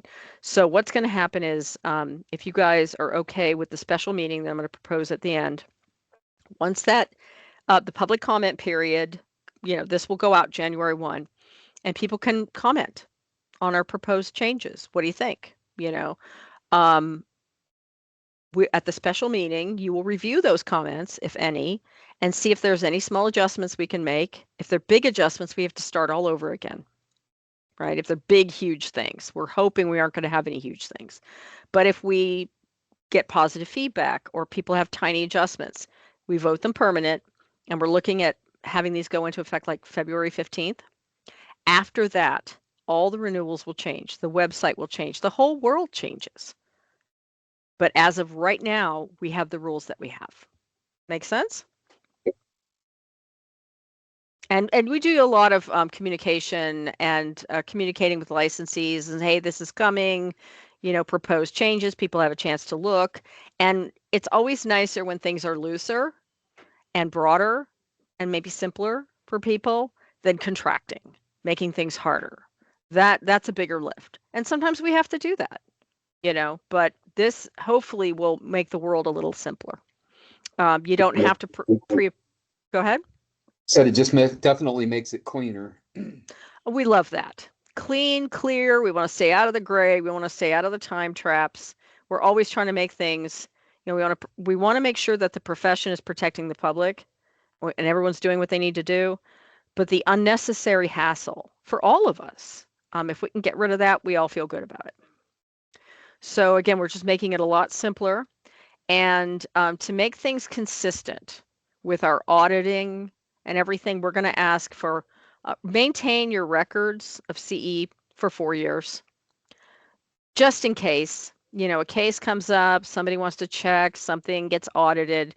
Just keep your whatever you get at your CEs, sort of, whether it's a certificate or an agenda or proof that you were there, just maintain that for 4 years. We're trying to ask all of our boards and programs to do it for that time period, because we have so many now that if it takes longer to work through something, we want to make sure that you have what we need to say you're in good compliance.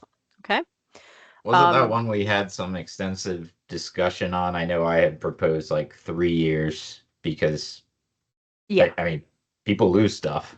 Yeah. So I didn't know if it's worth having further discussion or not, or if other board members are concerned about the jump to 4 years from 2. Let me see if Bob, are you on the line with us? I know he's not. He just passed my office. Oh, okay. Going somewhere. Yeah, our leadership are often called away to deal with things. The thought behind it, and I get it. It can take a while. If there is a case, we get a complaint, something's going on, we have to look into it. You've seen cases that have some years on them. Sometimes, something gets handed off to another investigator. It was sort of an internal suggestion. The worst case scenario, we lose a staff member. I mean, and these are the things we think about that you don't have to. We have staff that audit CEs. Say they're doing 10% of a licensing base that has 7,000 people. That's 700 CE audits they have to do. That takes a while. Back and forth. If the person doesn't have what they need, then we have to send a certified letter. You have 30 days to get in compliance. Then we send another letter. That can take a long time. We now have 20 boards and programs. If we had 9, and you could say, okay, worst case scenario, we could get to everybody in 2 years. I think this number was chosen looking at worst case scenario across 20 boards and programs. Yeah, go ahead. Yeah, I mean, I understand that, but I mean, we're taking an internal problem and making it the registrant's problem is sort of the outside perspective that I see here. Like, hey, you need to keep records longer because we can't get to it in a timely fashion. And so that the optics of that are a little iffy for me. Yeah, no, and I completely hear you. I absolutely understand that. this is the trouble with registration and licensing as many people as we have when the legislation doesn't give us legislators don't give us any extra staff. And totally. I you work know, in I that mean, realm too. right? I mean, when I started here, we had 11. We now have 20. Bob's here, and we get no extra staff. So we're just trying to look at that. Bob, the conversation right Sure. now, Sean, is thinking that making people maintain their CE records for 4 years is burdensome. Is that something you can address for us today? Well, it would depend on what the statute says. This was kind of an internal policy based on trying to standardize across True.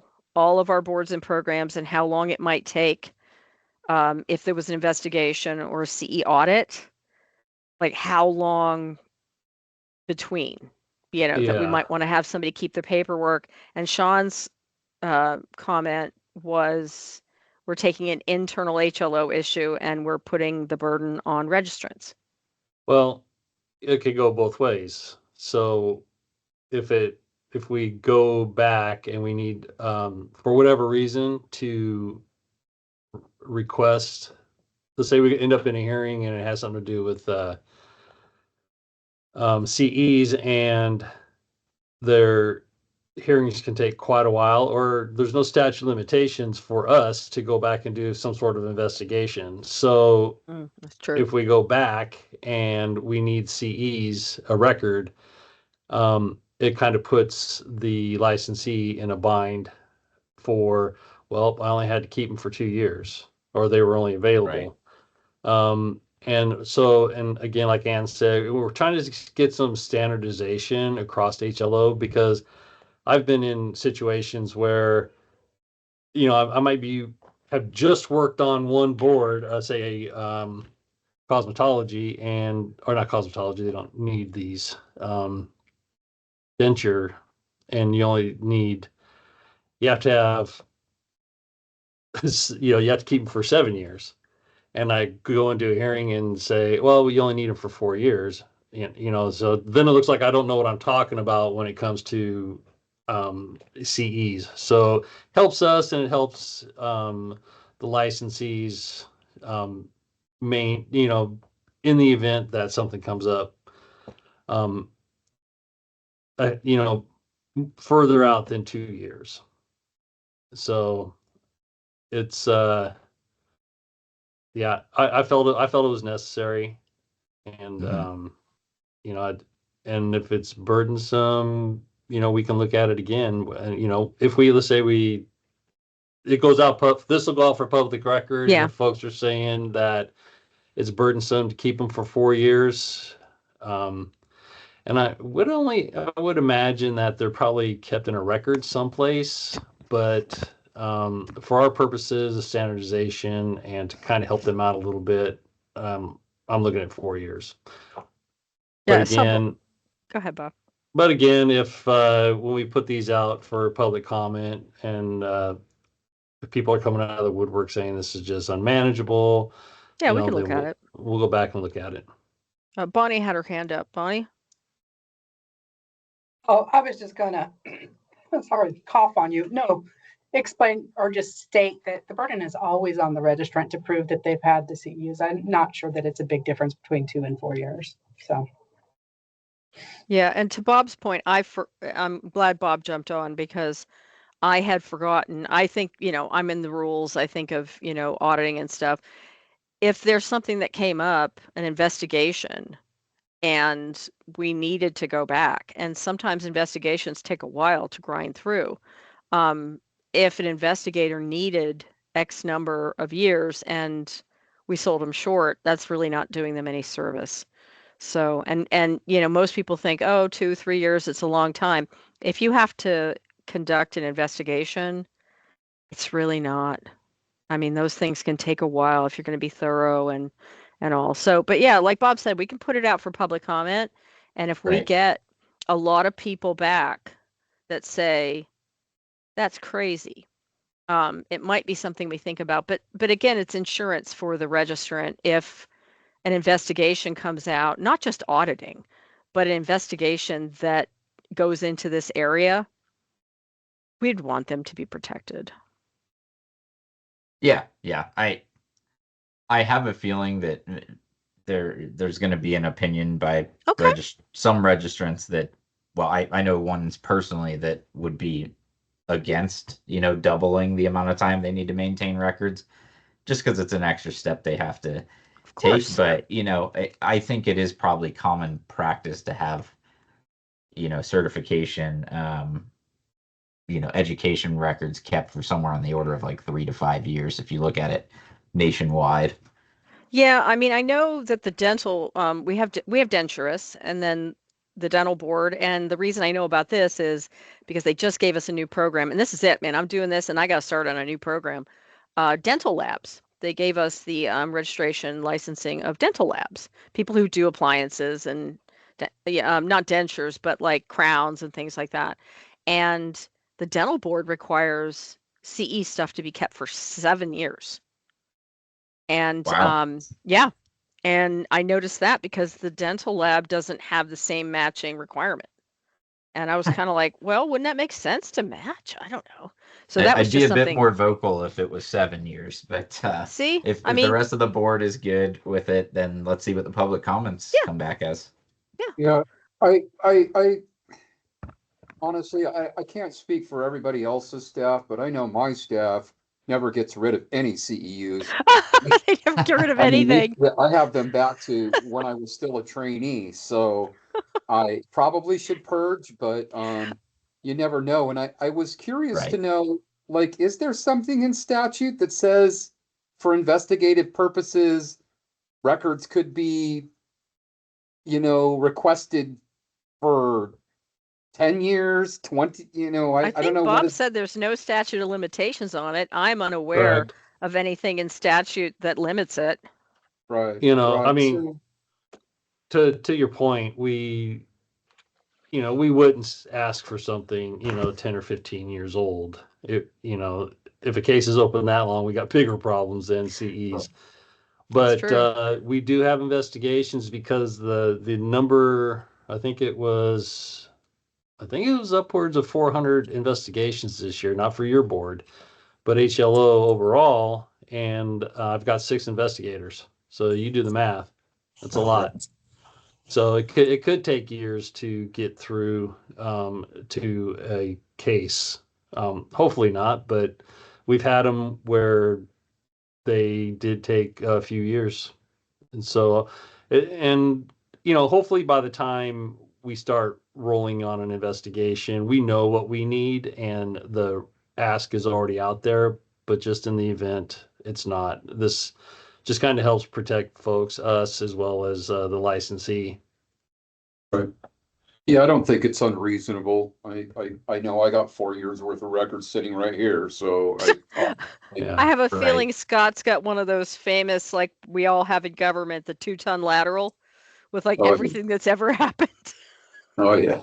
And Pretty we dip into those sometimes, when you're trying to look at history and stuff. So those 2-ton laterals do play a role.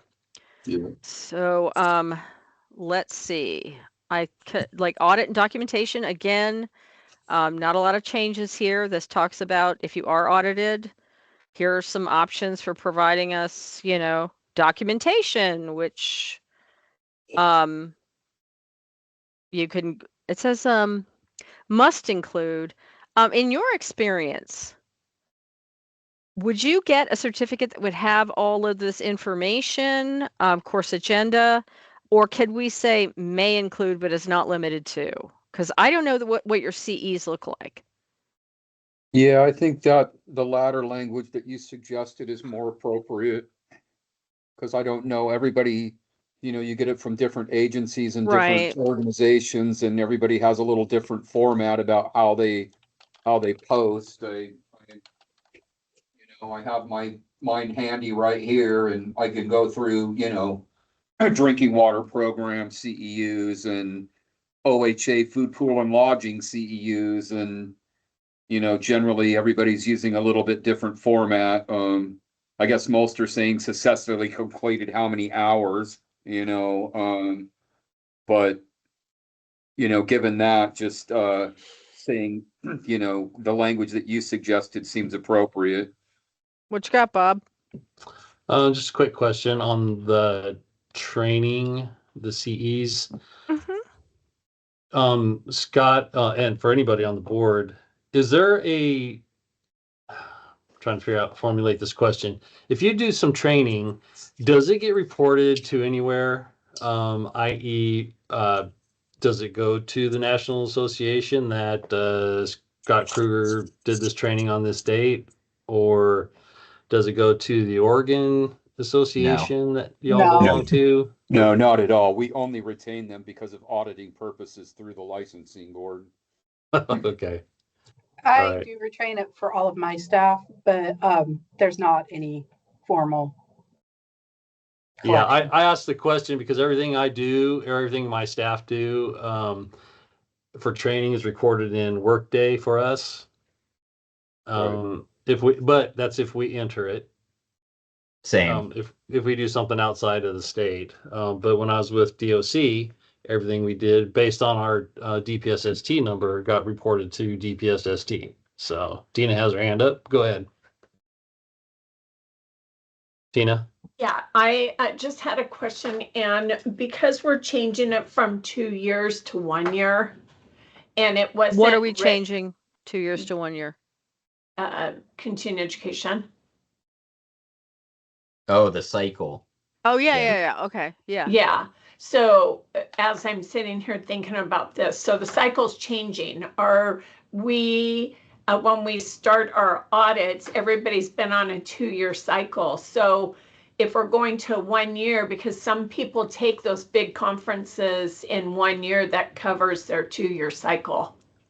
Well, we were talking about that, and what makes that problematic is that they have a 1-year renewal, and they have to attest that they're up to date. Yeah, on every. I totally understand that. What I'm saying is, we might need to roll it out at a later date, so people have just that 1 year. Because say somebody's coming up for renewal in January or say March, and they did their continuing education last year, and they're using their 20 hours for this upcoming renewal. That's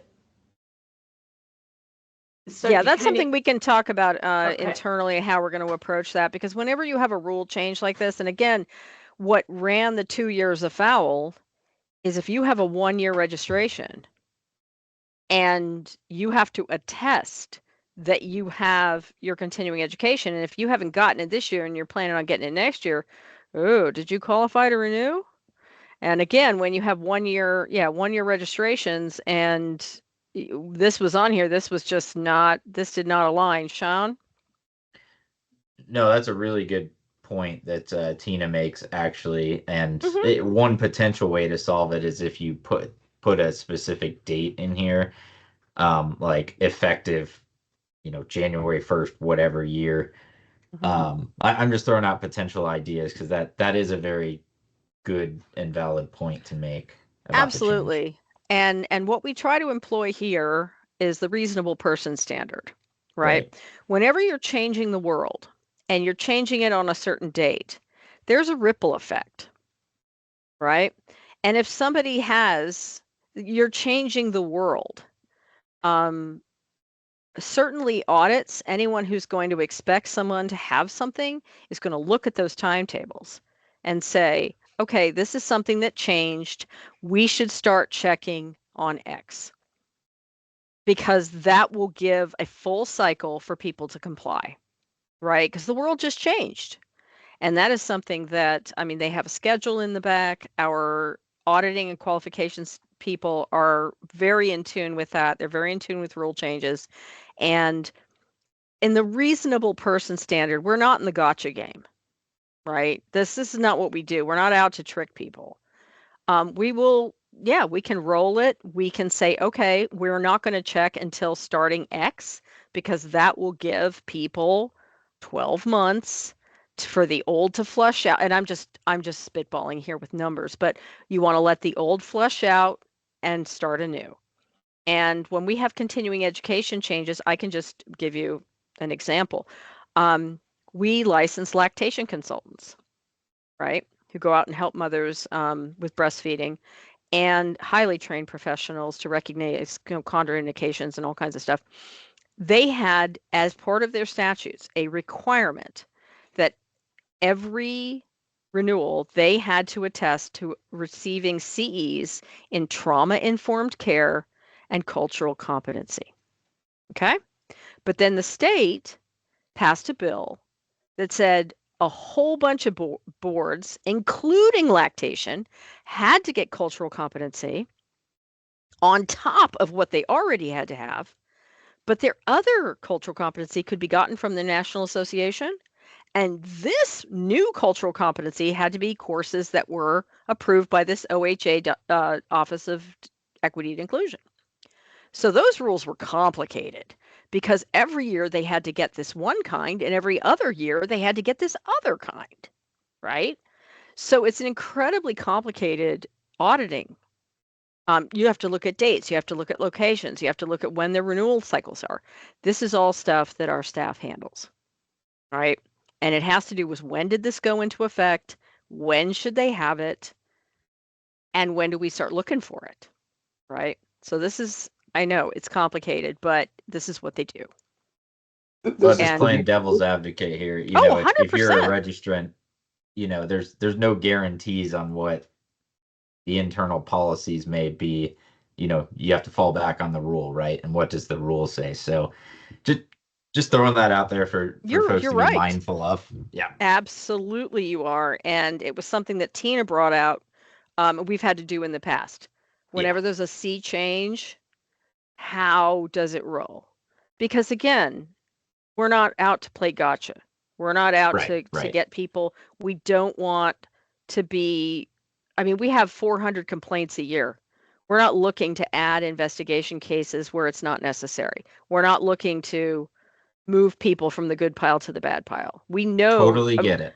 One of the reasons that you don't have a lot of cases is because by and large, this board and its licensees are compliant. They do what they have to do. They know what they have to do. These are professionals. And so we are too. And I totally get where you're coming from, Sean. And it is something that we can, whenever there's a rule change, whether it's a change to requirements, whether it's a change to expectations, this is communicated, this is rolled out.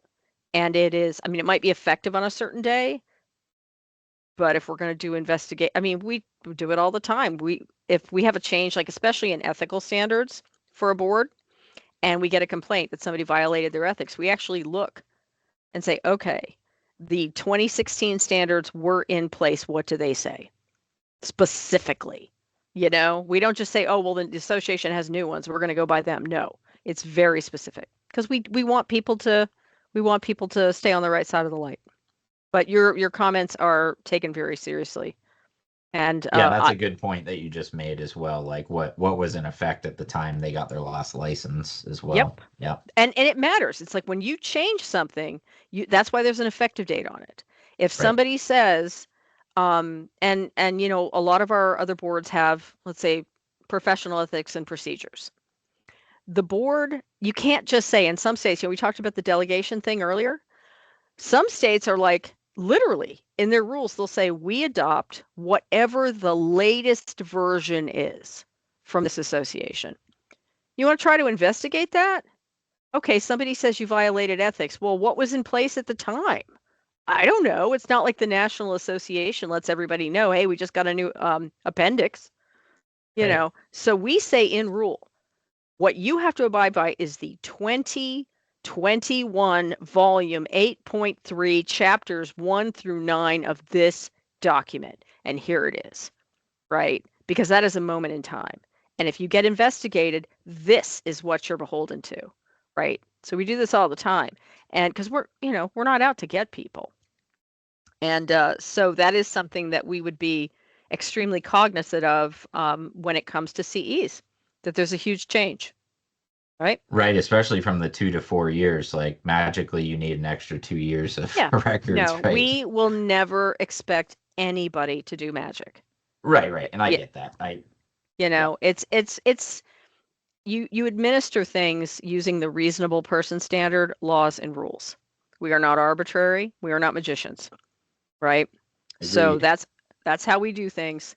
And it's and again, this is why we're trying to standardize, because it's really hard for our CE staff, for our investigators, for our regulators to say, okay, wait a minute, how long do they have to keep their stuff? Wait a minute, hold on. You know, because we're people too. And as things grow in complexity and stuff, and investigations and things like that, we're trying to get as standardized as we can. But if folks have a problem with that, we can certainly we can readdress it if we have to. Okay.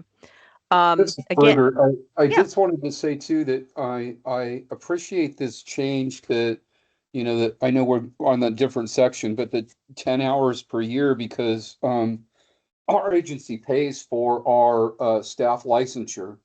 And what I can't have happen is my staff going up to our administrative assistants and handing in their renewal form and then having them to attest to CEUs. So what this did for us was change our internal policy so that they're attesting to me with their actual document that they got their CEUs before they turn it in and get it paid for. And so this really helps my process and makes it a lot cleaner for them to just come and show me that they've got their 10 CEUs before we just arbitrarily renew their license for them and then it wasn't true. Does that Exactly. make sense? And honestly, because we're the government in America, where everything is appealable, if you notice, you have to provide a certificate of completion and all that. If you are, and this is, again, we talk about, Sean, you know, we try to apply the reasonable person standard. If you are missing some continuing education, you have 30 calendar days from the date of notice to get some more documentation. Now, if I'm not saying we advocate for this, but we've had some folks that have lost some stuff or something got burned up or whatever. They have a month to run out and jam on some CEs. And, you know, there's still a side path. We're not saying do this, but we're saying, okay, you get notified that you're being audited. You start gathering up your stuff. You're missing something. You can go out and get some CEs before we drop the hammer, right? So there's even a gate here. You're not trapped in the yard. Yeah, I was Okay. curious about that, what the pathway looks like if somebody is non-compliant. You know, what Yep. what options do they have to get those CEs and get up into compliance? Well, and there you go. And we also say, and here's the thing, not that we've ever had an issue with the EHRB that I know of. I don't know. I think maybe we do, but this is not a problematic board and licensing base. Let's just say that. Right. You get notice. Okay, we sample. Okay, congratulations, you've been selected. Send your proof of, you know, your CEs for this period. They will actually define a year, right? From X to Y, your licensure year, show us what you got. And you go through your 2-ton lateral and you go, oh my gosh, oh wait, for this year, I can only find 9. I can only find 7. Okay. You have a certain period to gather that stuff up. It's not like we come and stick our hands out and say, show us your papers, right? Right. You have a certain period of time to get your stuff together. You realize nothing's adding up to 10. You can go take something right now. I don't know how available it is now with online. Go take something and turn it in. Now, if you're out of compliance, you can't double dip. You can't use that emergency CE that you got within the 30 days to satisfy last year and this year, right? You can't double dip and say, Sure. okay, I got 3 hours. I'm going to put it toward the 7, and guess what? It's this year, so I'm going to use it toward that too. You can't. Don't laugh. People do this, right? I bet. You can't use it in both directions. But if you get notified for audit, you come up short, you can run out and get something. Then you have 30 to, if by the deadline set forth by the CE staff, you have to have everything by the 10th. If by the 10th you can't find everything, you send us what we have. You have 30 days beyond that to go out and get something to come into compliance. Yeah. Right. So there's still a gate in the yard. You're not trapped.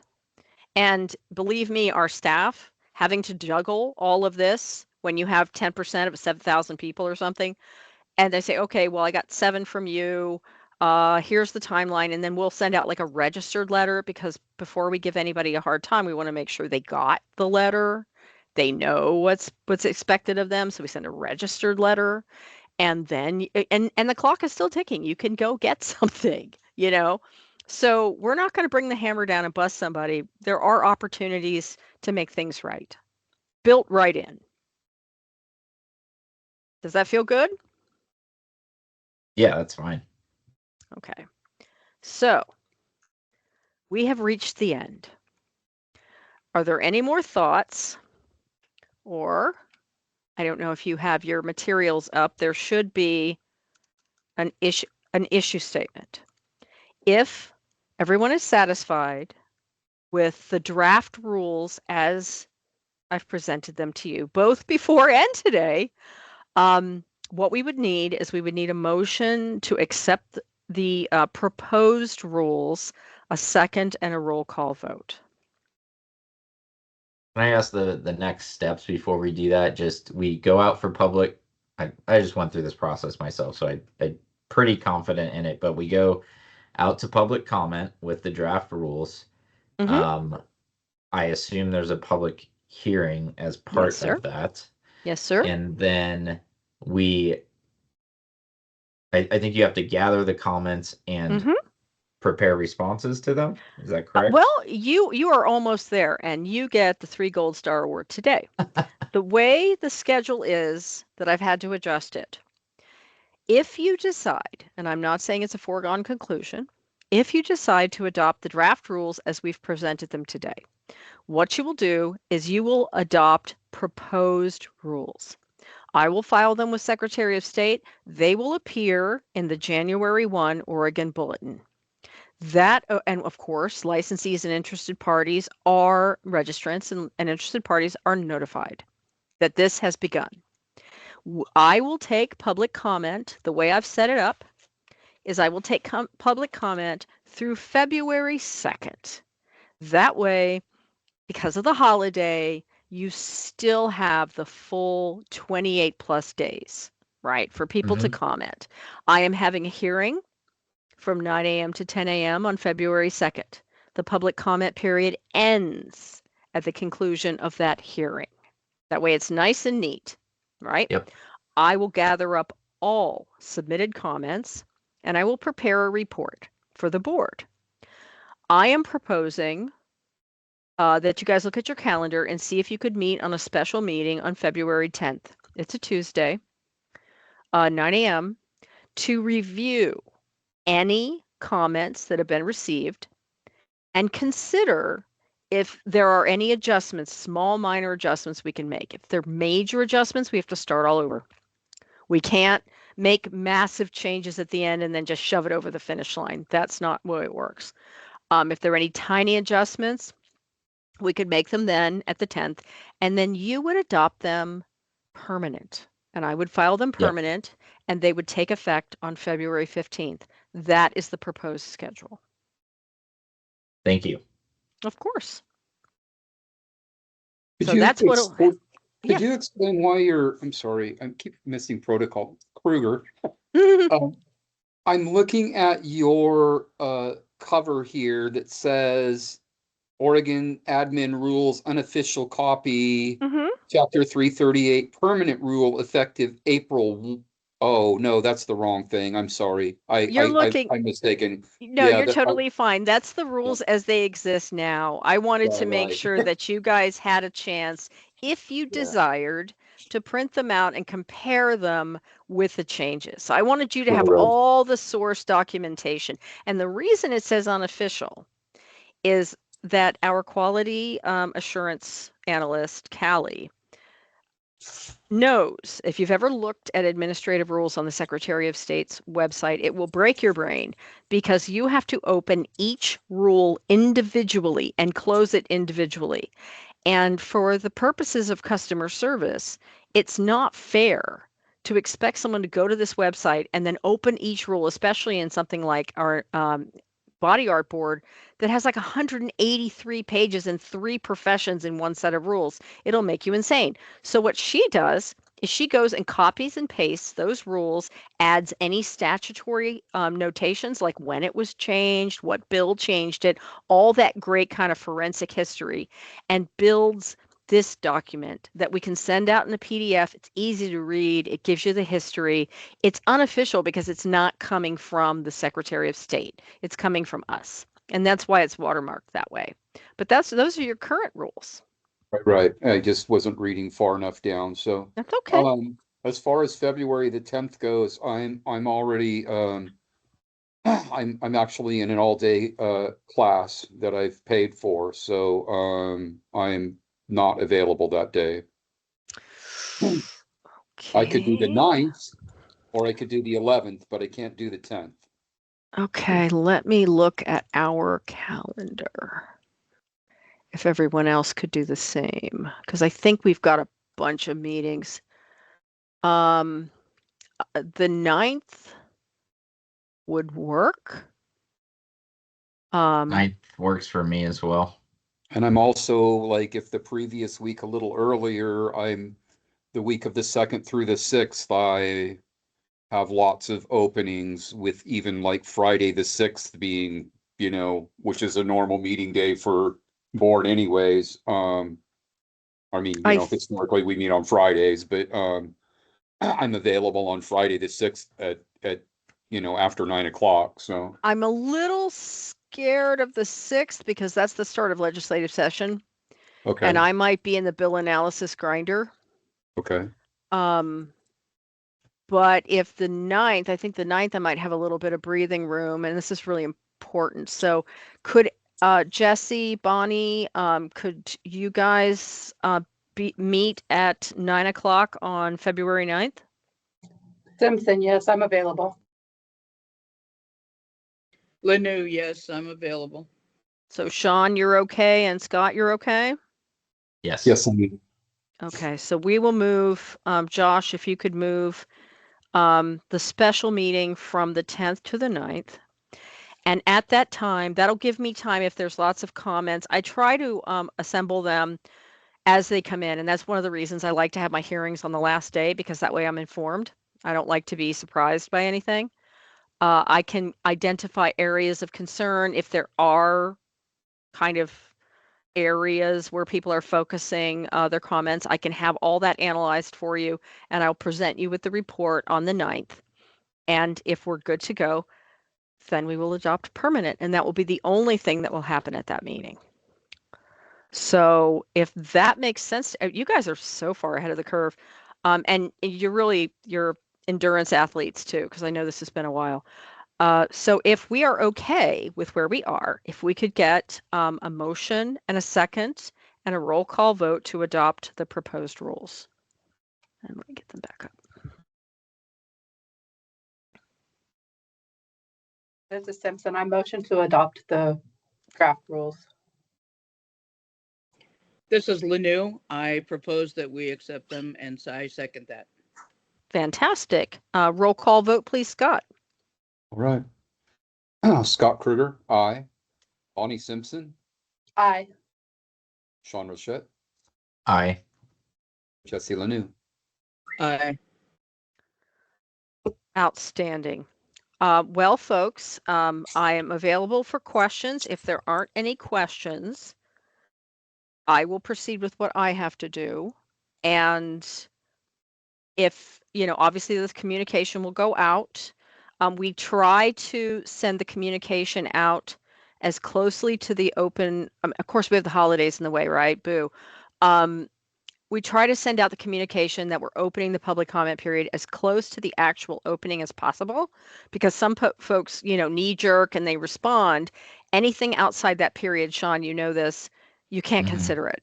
So Right. for customer service purposes, we try to say, okay, the comment period is open. Here's the link to the rules so you can look at them. And that way, if they respond, they're within that period. Again, something else we manage so people don't have to.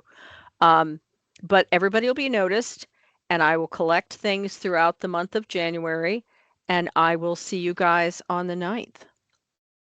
So if there is nothing else, I'm going to stop sharing my screen. This is And Kruger. I had one yes, clarifying question. please. When these go out for public comment, Mhm. as board members, I know specifically that the Oregon Environmental Health Association membership will be wanting to know and be able to review and make public comment.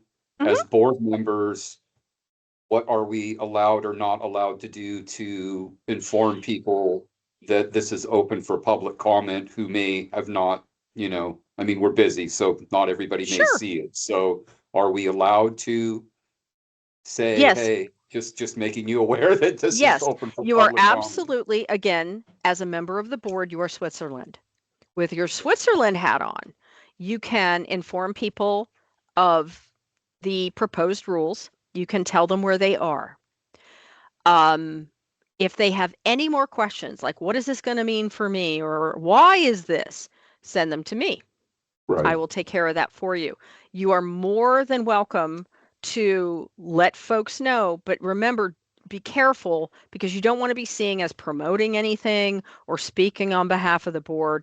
So you can just be as neutral as possible and just say, here they are. Like you can be a traffic sign, but you can't interpret anything, right? That's the safest thing to do to stay low risk. Just point to the rules, direct them to me. I'm happy to explain the bill to them, to provide them. I mean, the website will have the bill, the proposed rules, all of that will go out. But be careful about interpreting, be careful about pointing things out. Just be a neutral road sign and say there. sure, Does that make sense? absolutely. Thank you for the Wonderful. clarification. I'm here to do all of this stuff so you don't have to. So, but yeah, there's nothing wrong with making people aware. It's just so often people say, "Well, reading is hard. What does it mean? Do you like it? Is it good?" And then that's when you get into trouble. So it's always best to just be the neutral stop. The arrow. The arrow that points you so that you don't fall off the cliff. Just be the arrow. Just say go that way. There it is. And if they want interpretations or questions or history or whatever, send them to me, and I'd be happy to talk with them. So if there is nothing else, and you're always welcome to contact me afterwards, you have a brainwave in the shower or whatever, give me a call. I'll help you. You guys are all rock stars. And if we're all done, Scott, you can read us out. The Environmental Health Registration Board meeting is adjourned at 12:33 p.m. Fabulous. Thank you all so much, and Thanks, have the everybody. happiest of holidays.